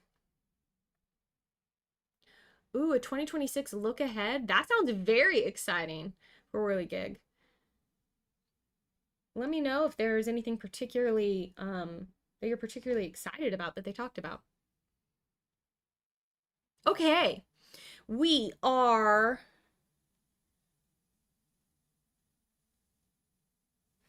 did I pull? Wait. Oh no, I got really distracted. Did I pull the next tarot card? No, I don't see one anywhere. No, oh, I did. It was the minor dark power. Okay, it's my turn. I think it's my turn. I got really distracted for a minute. Okay, it's my turn. Did I not buy y'all? I didn't buy cards at the end of my last turn. Let's do that real quick because I have all of these discarded cards. Okay, so I would have had 3 left and 1. Wow, that could have been really bad if I hadn't done that. I have all of these 0 cost cards. Upkeep. It's so much. Sorry, everyone. I'm having such a hard time keeping track of it all and talking to everyone. So I need to buy cards. And then we're going to do upkeep. Things are happening in a crazy, crazy order. Also, this victim needs to panic. Let me buy cards, panic this victim, and then I'll do my upkeep. Whoa, y'all. Thank you for being patient with me. I really appreciate you. I've mashed up 2 kind of complicated things. Thanks for being here, Woodsy. We'll see you later. So first, I had 3 time to spend. And in my hand, I have a retaliate, focus, walk, short rest, walk. I could spin one of my tier to get an extra. Could have 4 to spin, and I could grab a furious strike to have in my hand.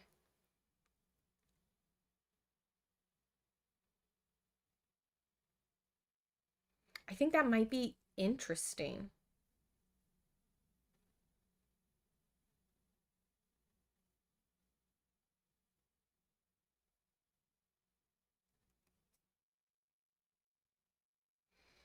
I think that could be an interesting thing to have. Let's just do it. I'm going to spin this tier token to get another thing here, a time, which means I can spend 4 on a furious strike. I'm just going to have it. Okay. Then all of this would go back. Thanks, everyone. Okay. Those would go back. Now we're going to panic because this victim watched someone die in front of them. So, a 4. They run into here. Okay. I don't think anyone else panics. Then we do upkeep. We don't need to spawn a child because they're currently all on the board. Then our harvest cultist is going to move us 1 space toward the killer. Now we already said before it could go 1, 2, 3, 4, but this is also 1, 2, 3, 4, and we go, no, come this way, come this. He's like, we don't want to go back through those weird kids. We're gonna go on the road. 2 people come with me, and I'm going to also bring Sally McCoy, who's also like, hey, guy, you know me. I'm Sally McCoy. We should go this way. And he goes, yeah, okay, Sally, because you know what? Actually, he always had a crush on her. So that's kind of like getting in the way a little of his culty thoughts. So we go here. And then Sally goes, actually, we could run away together. You don't have to do this. You joined that cult just to keep those weird children from kidnapping you, but we could get out of here. He goes, you know what? I think you're right. So they're saved, and I'm saving both of them. Which means a couple of things. Our special victims are saved. So first, the harvest cultist, we will lower the horror by 2.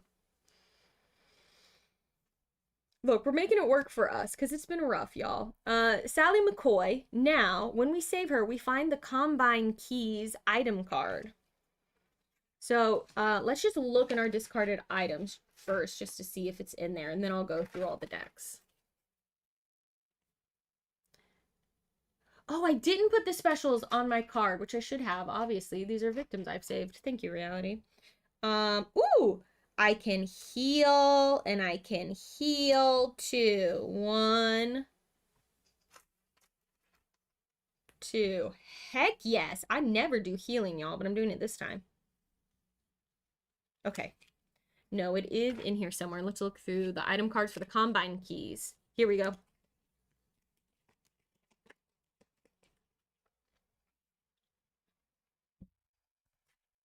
Place the Combine in your space. When moving with the Combine and resolving a walk action card, you may move an additional space. When moving into a field space with the Combine, place a harvested token in that space, and it's no longer a field space. That's cool. The Combine Keys. Tokens, tokens, tokens. Here they are. Tokens. We need to find... Those are the harvested. Is that the Combine? Yes. Okay. So if we move through any cornfields with that, we'll harvest them. Because sometimes things can happen specifically in a cornfield. It just hasn't happened yet. So we now have the Combine. Boop. Awesome. We can move more now. Okay, we almost have our ultimate unlocked because of that. Okay. Now it's my turn because that was the upkeep phase. That was the upkeep phase, y'all. I kind of think we walk back to the farmhouse, grab those people, and see if we can walk back to the exit. I think that's the first thing we do. Actually, maybe the first thing we do is focus. Let's roll 2 dice and see if we can get down to rolling 3 dice. Give me 1 success. Nope. I think I might just let that ride. Ugh, if I do, though, I lose 2 time. That's rough. This is bad. All right, I'm going to discard a walk and a short rest to convert this into a success. So I can lower the horror by 1. I'm now rolling 3 dice. I lost a time, though, to do it. Oh my gosh, we're rolling everywhere. Not ideal, but I do think I have to do it. Now, I will walk. I'm rolling 3 dice now.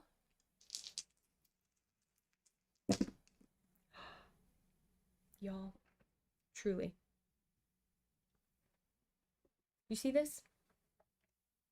You see this? I'm going to take 2 tier dice and resolve the fail. Or, excuse me, 2 tier tokens. 1 for each of those fails. And the fail is move up to 1 space, take a damage, and lose 2 time. But my combine will let me move an extra space. So I'm going to hurt myself getting the combine started. It takes me a lot of time to get it going because I've never driven one before. And then no one can make me feel better about my dice rolls quite like Paula. Y'all, when I played Twilight Imperium last weekend, and there was one thing where I rolled like 12 dice, and I rolled straight up 4 of them were 1s, and only 1 was a success out of 12 dice. Tell me it's not a curse. 1 with the combine. We hop on. 2. These guys are saved. Worth it. Worth it, I think. Rough, but worth it. And that's going to be me for the turn. So I save this victim, which gives me 1 time back. And we get our ultimate. So now when resolving a walk or sprint action card, for each success in the final result, I can spend a time to move an additional space. For each additional victim saved, here's 1. I get to heal. Heck yeah, that worked out. I think that was totally worth it.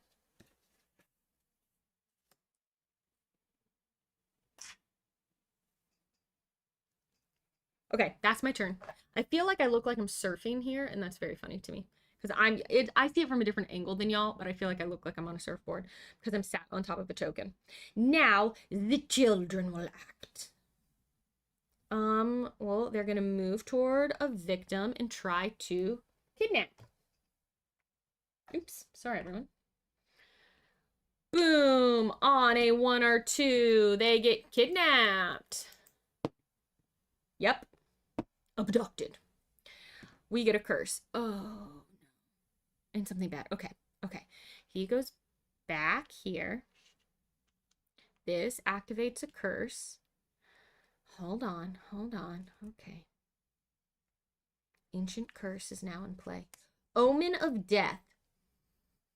Whenever the killer kills a victim, the killer recovers health. Not my favorite thing that's ever happened. Good, great. Also, the bloodlust goes up 1, and we reveal discard the next tarot card. Okay. Whatever this was going to be, we're not doing it. Oh my gosh, that would have given us more victims. Okay. Great. Okay. Now this one will move toward a victim. They need to make their way over here, so I think they're going to move here. This one will move toward a victim, same thing. So they're going to go here. This one was in the altar of the gods. Great. Now the minions will go. They're not in a space within room to attack, and they won't move. Same thing for Billy. There's no movement. He won't heal because he's at full health. He's at more than full health. Great. Okay, now I pull a tarot card. I have One left after this and we reveal our finale, which is fine because we're going long anyway. Eyes in the dark. Let's see what this is. Okay.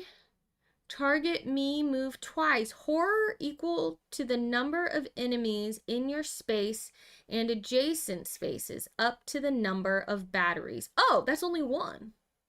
Increase the horror equal to the number of enemies in your space and adjacent spaces up to the number of power sources. Okay. So they're going to target me and move twice. This is both the minions and the killer. But the children don't do this, I don't believe.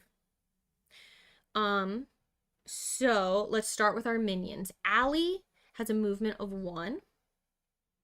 So she will move toward me 1, 2, 3, 4. 1, 2, 3, 4. This is fine here. Then Cam goes next. He goes here. He has a movement of 1. Billy Jr. moves with Billy. And Billy currently has a movement of 3. 1, 2, 3. They're in the space with me. Okay. So that means the horror goes up equal to the number of enemies up to the number of power sources. So it will go up by 1, which is enough to mean I am down back to rolling 2 dice. Because I've moved from here up 1 to here. But that could have been a lot worse. Oh, move twice. You're right. Thank you. They all move twice. So closer, closer. This one would count as well, being adjacent, Cam, but it's up to the number of power sources, and I only have 1 power source, so that's okay. Hit him with the combine. I know, right? I wish I could harvest the killer with the combine. I do think the combine should give you some sort of attack power, but okay. All right, now it's my turn. Did I not buy myself cards again? What is wrong with me? Why do I keep skipping that? Because look at all these discarded cards I have. Silly, silly, silly, silly me. What? Right? I wouldn't have just 2 cards in my hand right now. All right. These are the free, but I didn't pick them up. They're right here. I don't know. I just keep forgetting somehow. So here are my free cost cards. Here are the cards I still have. Jeez Louise.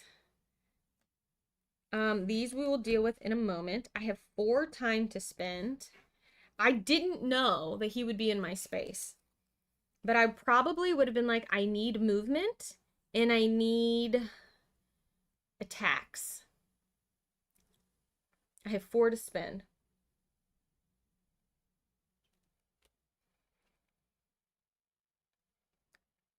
I maybe would have gotten a sprint and a guard, I wonder. It's hard to know, but I am going to try and think about what would I have done in that moment. And I will say I would have gotten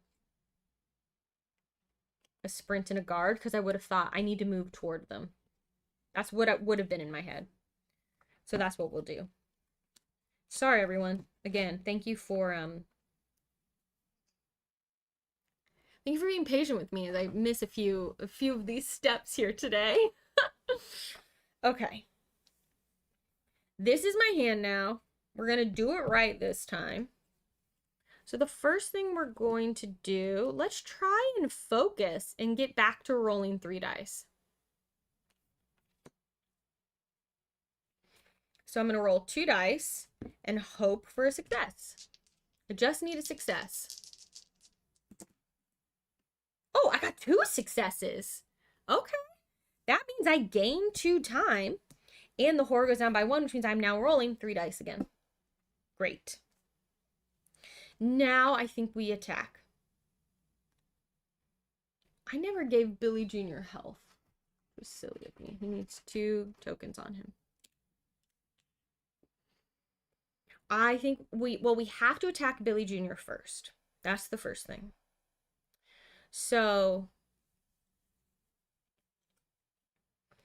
he needs 2 hits.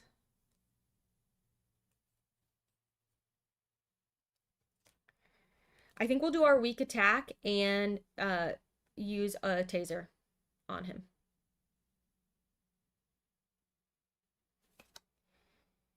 To try and do 2 damage to kill him. Okay, 3 dice.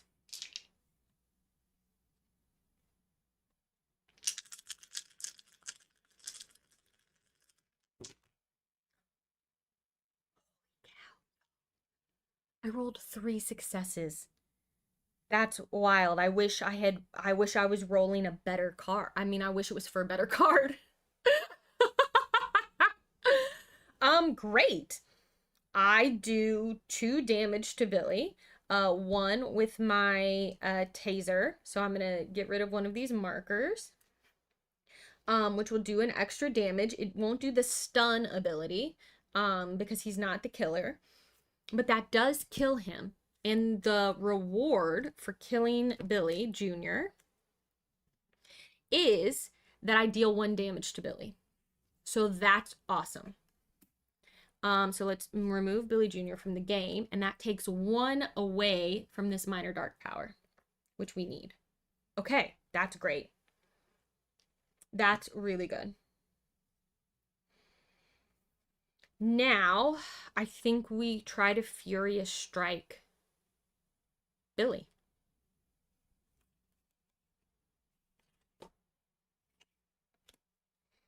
All right, 3 dice.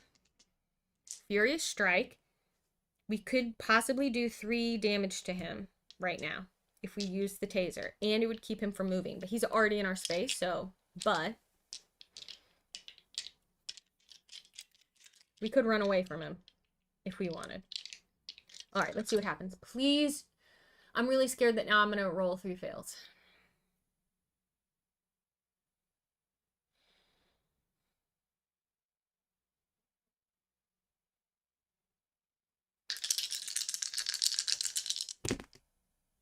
Okay, 2 successes. That's all I need. We don't need to convert. That's all I need. I do 3 damage to him because I'm going to use my last taser spend.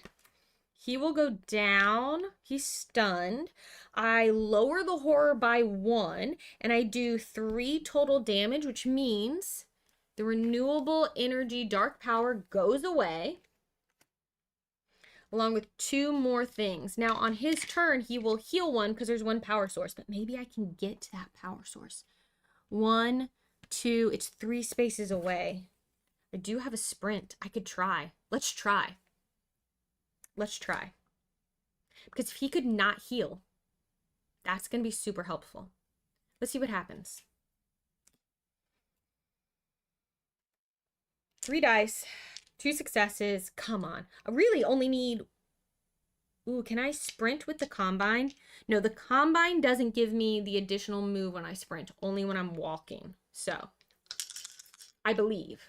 Y'all tell me if I'm misinterpreting that, but it says when resolving the walk action card. So it doesn't just say movement.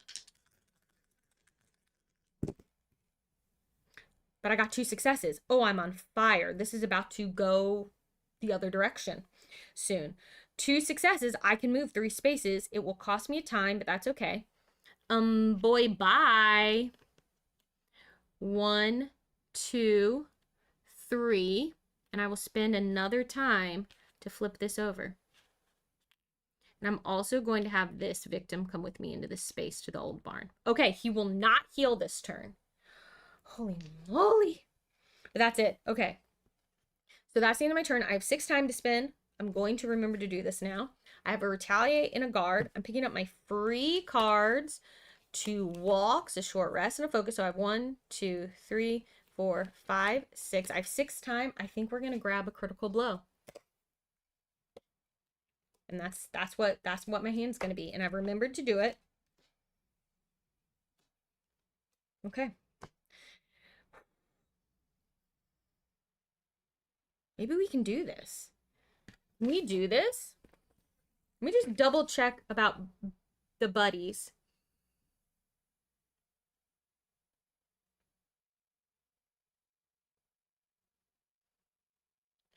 To win, we will have to kill everyone, I believe.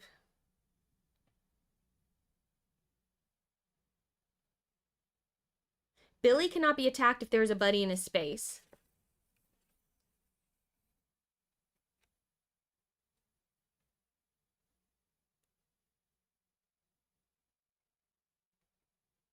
Because this says if Billy is no longer in play, the effect is ignored, no buddy spawns.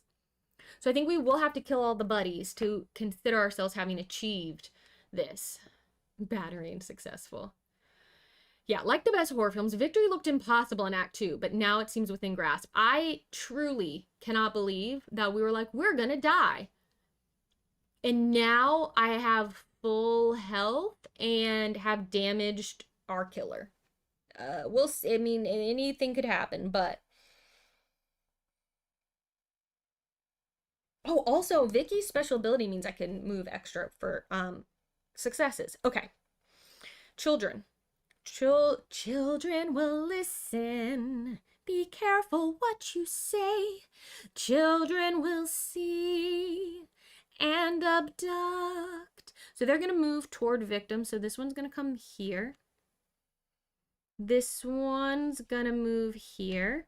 And this one is going to move here. They won't abduct because they're not in the space with anyone because everyone is hiding in the barn. Truly, everyone right now is hiding in the barn. Then the minions will attack, but they're not in a space with anyone to attack. Then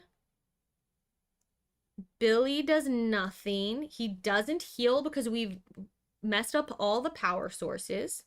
So now we flip over our last tarot card. We are going to go into the finale during upkeep. In the hilarity theme, I feel like they should try to abduct the animatronics. I don't disagree with you. I actually think the animatronics should also be trying to kill the children because they don't understand. They should be trying to go after each other. Now, don't let me forget, if a killer kills a victim, he heals. So don't let me forget this if it happens. All right, our last terror card of the game. They're here for blood. If there are no buddies or no victims on the board, we would discard and draw the next card, but there are. Okay, buddies only. Target victims, move and attack. If at least one victim was killed, +1 bloodlust. I think they both have a movement of 1. I don't think they're going to be able to get to any victims. So Cam will come here, one space away from the barn. And Allie will come here, also one space away from the barn. But they're not, they'll both only have 1 movement. So that's as far as they're going to get. Oh my gosh. Wow.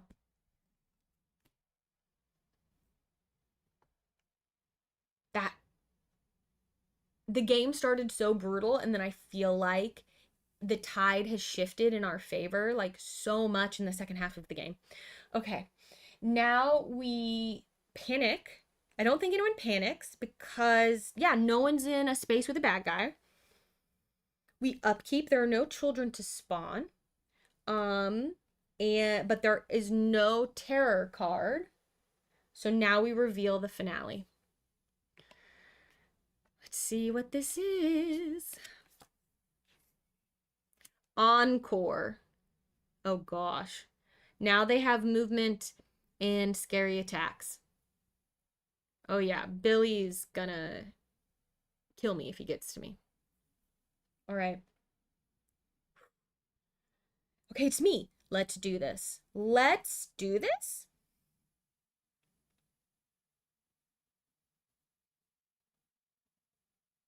How are we gonna do it though? I think maybe I come over to Allie and try and kill Allie. Okay, what cards do I have? Because we've got to get rid of the buddies. It's a double move and a double attack. But the first move, Billy will just stand up from the taser. So he'll only move once this first time. But I think we need to try and get some distance. So can we move here and take out Allie?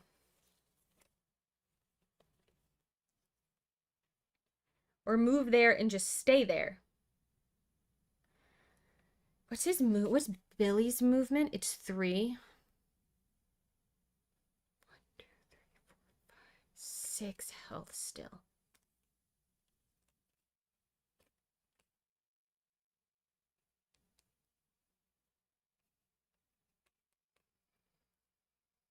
Hmm.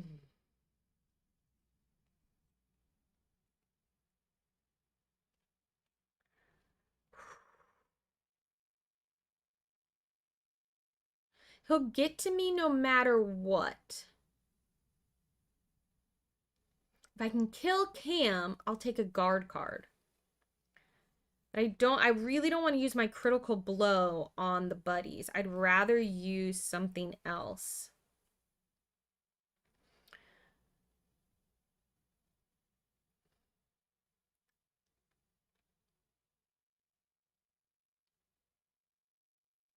Okay. I think I'm going to... Should I just stay where I am? I could just stay and do nothing. 1, 2, 3, 4, 5, 6, 7. I could stay and do nothing.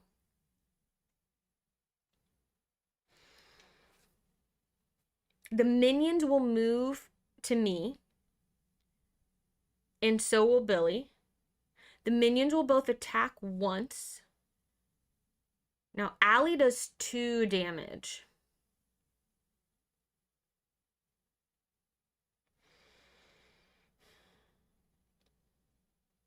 I think I'm going to try and move to where Allie is. And maybe...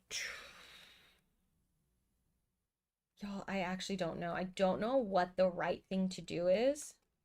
I'm going to try and walk and move to where Allie is. Because then I only have 2 to deal with on my turn as opposed to needing to defend against all 3. And Cam will kill a victim, which will pull an event, but I think that makes the most sense rather than staying here and letting them all converge on me.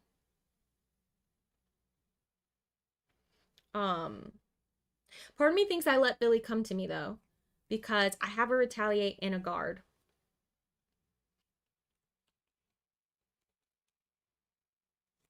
And I can get another guard on my turn here.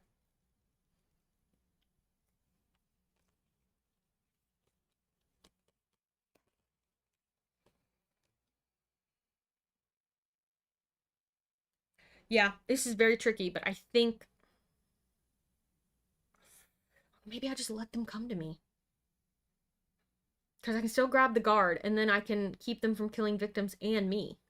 And then no one dies. I'm not going to move. I'm not going to move. I'm going to hold on to all my cards. 1, 2, 3, 4, 5, 6, 7 cards.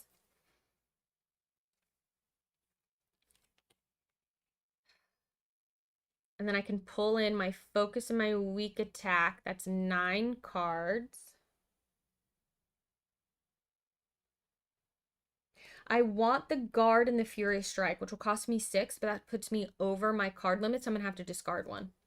So 2 for the guard, 4 for the furious strike, which cost me all 6 of the time I have, but I do need to get rid of something. And I think I will get rid of this walk to be able to do that. Okay. I have a full hand and a bunch of stuff. Oh, you can guard the victims. Yes.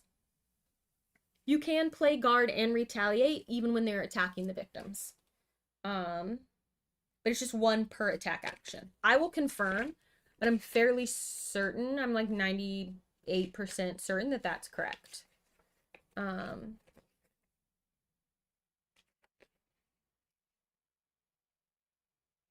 The blue cards can only be played in reaction to an attack.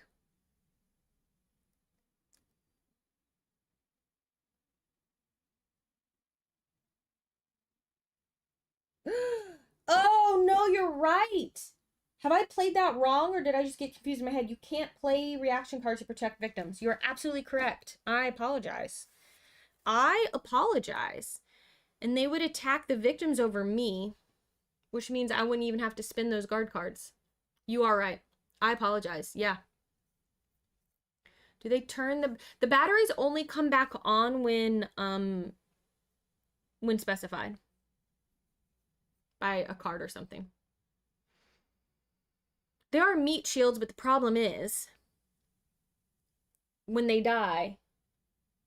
So you know what? Instead of discarding this walk, I am going to walk. I'm going to try and get out of here. So I only want one victim to die this turn because I don't want a new thing to spawn.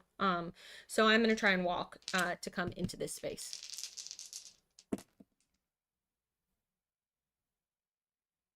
Cool. That's a bunch of fails.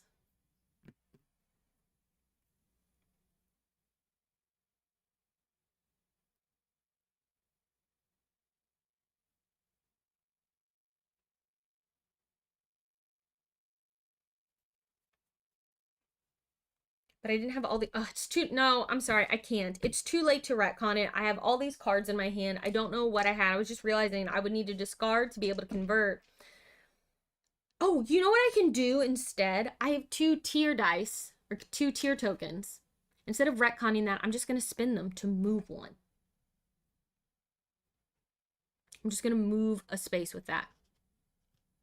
Oh, also, this is technically harvested. So we're just going to go here. And I can move an extra space, but I don't know that it's worth doing. Okay, that's what we're doing. Then we don't have to worry about the card situation and dice rolling and retconning all those things. We've spent the tokens. We've done that. Now it is the children.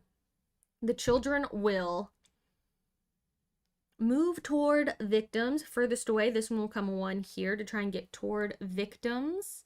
This one will move into the space with me, actually, which isn't great. I miscalculated that. And then this one will come here. This one will attack me. I think I'm just going to take the damage from that, unfortunately. So instead of an abduct, because the child can't abduct me, they do an attack. Okay. Then the minions. So this one won't, so let's do this in order. Allie goes first. Allie won't move because they're in the space with me. They will do an attack. 2. And I am going to, I think I'm going to use my retaliate. I have to get rid of them at some point, so I'm going to use my retaliate on Allie. 3 dice. Hi, Critter Nation. 2 successes and 1 fail, but 2 successes means I ignore all damage from the attack and I do 2 back, which will kill Allie and lower the horror, which gives me a time. Cool. Bye, Allie. I think that was worth doing. Now Cam will go and Cam will move toward these victims, will attack 1. Victims do not panic if Cam is the only enemy in their space, so these guys will not panic on their turn. The Bloodlust does go up by 1, which means we do flip an event card, and I hope it's not anything terrible. It hungers for us. All victims panic. Never mind what I just said. For each victim in the killer space or an adjacent space, increase the horror. Luckily, that shouldn't be a problem. Okay, geez, that's a lot of, so we need to roll for 4 panics. A 1, I don't know, I can't see. So 1 goes here. Another 1 goes here. 3 goes here. And a 4 goes here. Okay. That's very funny that normally they wouldn't panic and then we drew an event. That said they did.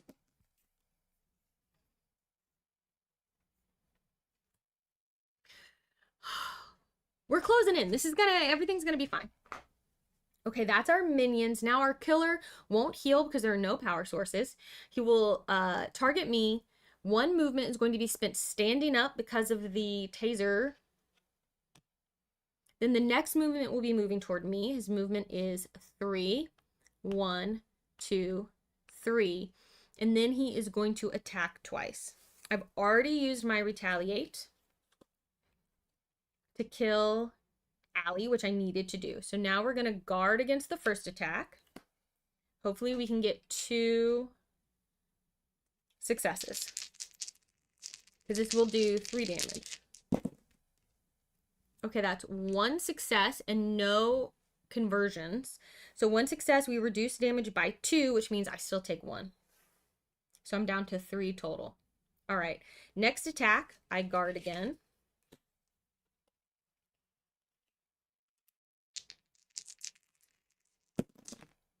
Oh, there you go. 3 successes, I ignore all damage. Okay. Okay. Then there's no terror card, so it just goes back to me. So now I am going to try to kill Billy. I need to do 1, 2, 3, 4, 5, 6 damage. So first, what makes the most sense? I think the first thing to do is the weak attack, because if it, the only way that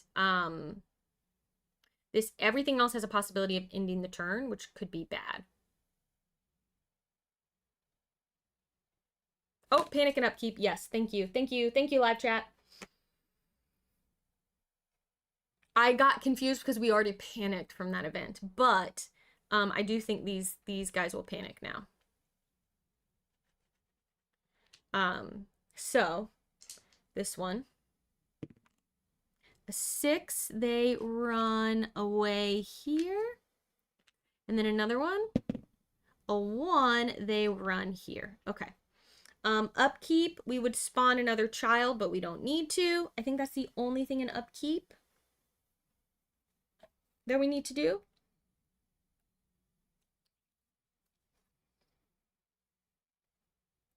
This is, oh, the killer would have, oh shoot, I'm sorry y'all, I'm messing things up. The killer should have gone after those victims, shouldn't he? They were in the space. He would have targeted them instead of me. No, no. He targets me. No, I got that right. Ignore that. Erase, erase, erase. I did it right. So there. I'm just convinced that I'm getting it wrong. No, look, because of this exactly, he targets me, not the victim, so we're okay. Okay. Everything's fine. Everything's fine. Now is it my turn? I think so. I think we did the other things we needed to do. Yeesh. So just like stressed out. Okay. What's going on? My memory was just erased. So again, I think the smartest thing to do is to start with the weak attack. 1. In an ideal world, I could do 1, 2, 3, 4, 5, 6. 1, 2, 3, 4, 5, 6. I could, if everything goes right,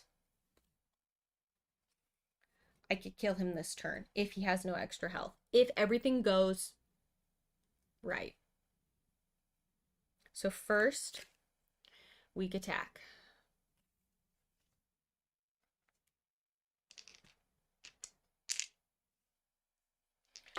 I'm scared. Okay. I'm going to take the damage. Because look, if this doesn't happen, I'm not surviving anyway. Because I won't have any defense cards available to me because I use them all in this turn. So I die next turn anyway. So 1 success means we do 1 damage, and I hurt myself in the process.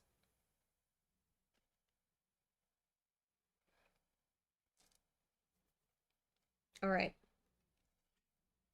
Next.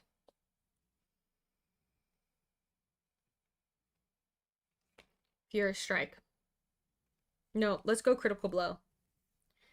Because it will do more damage if I somehow fail it. Critical blow.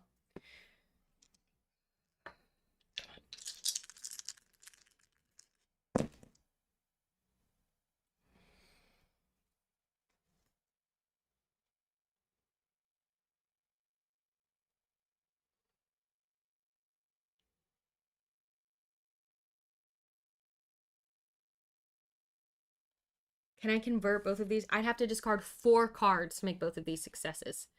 That's everything. I won't have anything left for next turn. We have to do it. We have to try.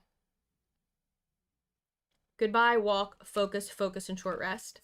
Yeah, this was almost the worst roll I could have had. So that will convert those. It will do 3 damage. And lower the horror by 1, which means I gain a time. That sounds cool, ultrasonic color. And now, all that I have left to do is have a perfect roll for Furious Strike. I need 2 successes, and if I don't get them, I have no card. This is the last card in my hand. This is truly a Furious Strike. It is everything I have left in the tank. And I won't win. I will still need to kill Cam to win this game.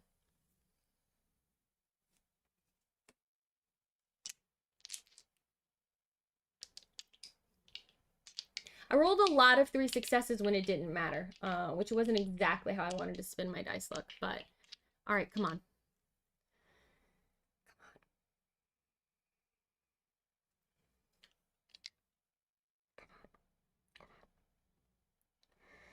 You can do this. You can roll 2 stars. It was so close. It was so close. 1. So he's left with 1. I will roll extra dice if I somehow manage to survive. The horror goes down again. So I now have 9 time to spend. Can I buy a reroll with these? Oh, Coconut Monkey supporting with some bits over on Twitch to get a reroll. I think that's more cheating than this playthrough can stomach. We have manufactured our way to this a little bit.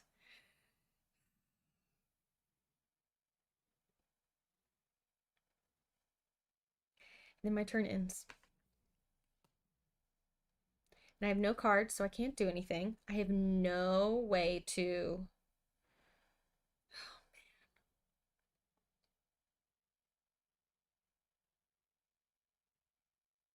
man. Yeah, I'll just die on my turn. There's literally nothing I can do on my next turn.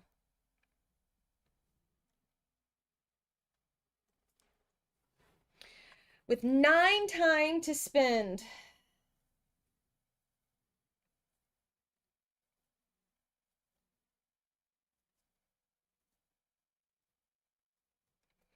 It won't happen.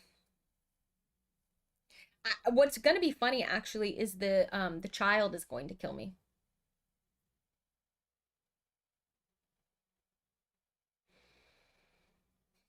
So close.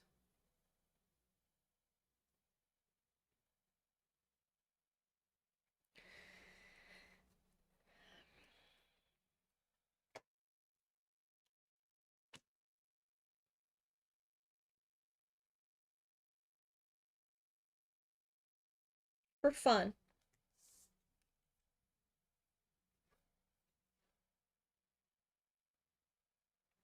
We'll take a long rest and improvise in a close call. It doesn't matter. We can't do anything. We did our best. It was a valiant effort, truly. Truly crazy. This actually goes here. Okay. Well, that's the end of our turn.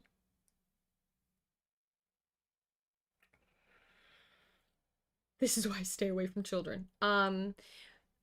We go to the children phase. They move in. Well, this one would stay there. This one would... No, they would both try for this. So this one would come in here and try to abduct. They don't. This one would try to abduct. They don't. This one will simply just attack me, doing 1 damage that I can't defend against. Oh, they won't kill me, actually, technically, because I'll have 1 health left. And then Cam will go. Cam will move toward me. And he will attack me. And yeah, we already got killed and came back with extra life halfway through the game. Then Cam comes in. Does 1 damage to me.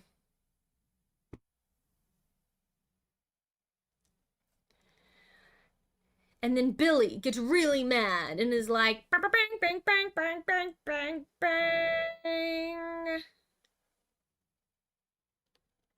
I wanted to be the one. I wanted to be the one who did do it. But he didn't. And as a child and a child's animatronic entertainment toy, kill me. Billy the Bear plays an encore for the children in the cornfields. Oh, that was so close. That was very exciting. That was very close. We went way over, so we will wrap up. This has gone way long. So let's just see. If we had killed Billy, would he have stayed down? He would have. We would have won. If I had been able to roll 1 more success, we would have won. Oh, Reality's pointing out that earlier, because I took a damage that I shouldn't have taken because I thought Cam was in the space with me and he wasn't, perhaps now I would have 3 health left. But I don't know if I would have survived up to that point without that extra 3 health I had gotten.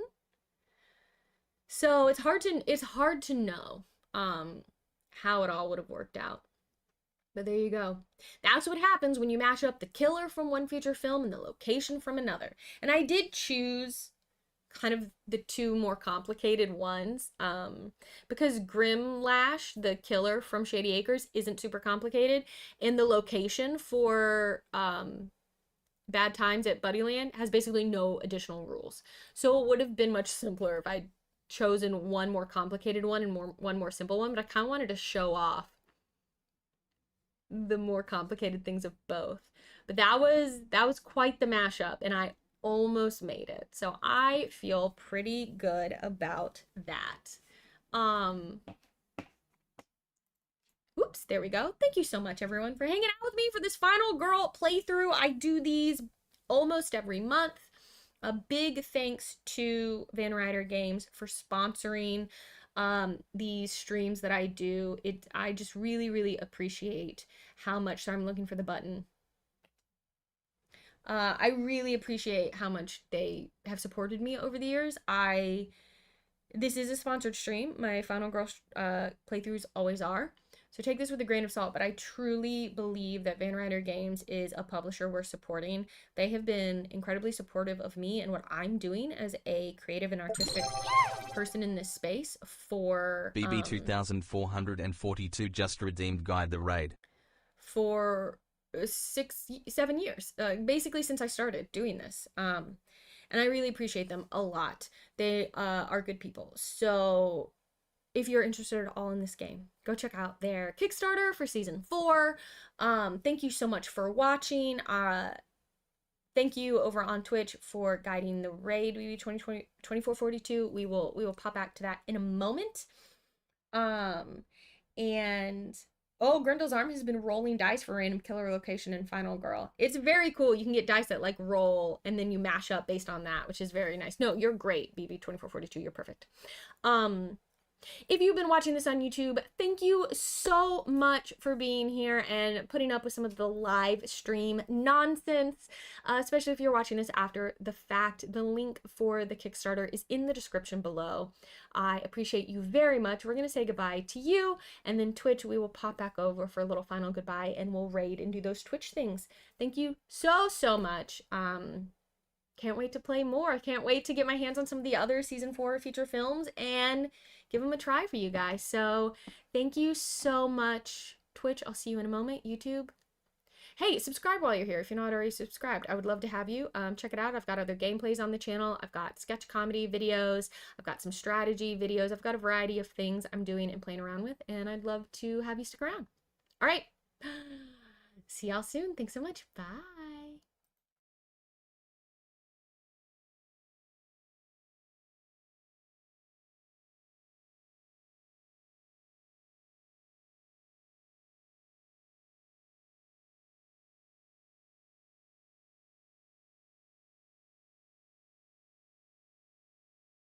Okay, Twitch. I think I did that right.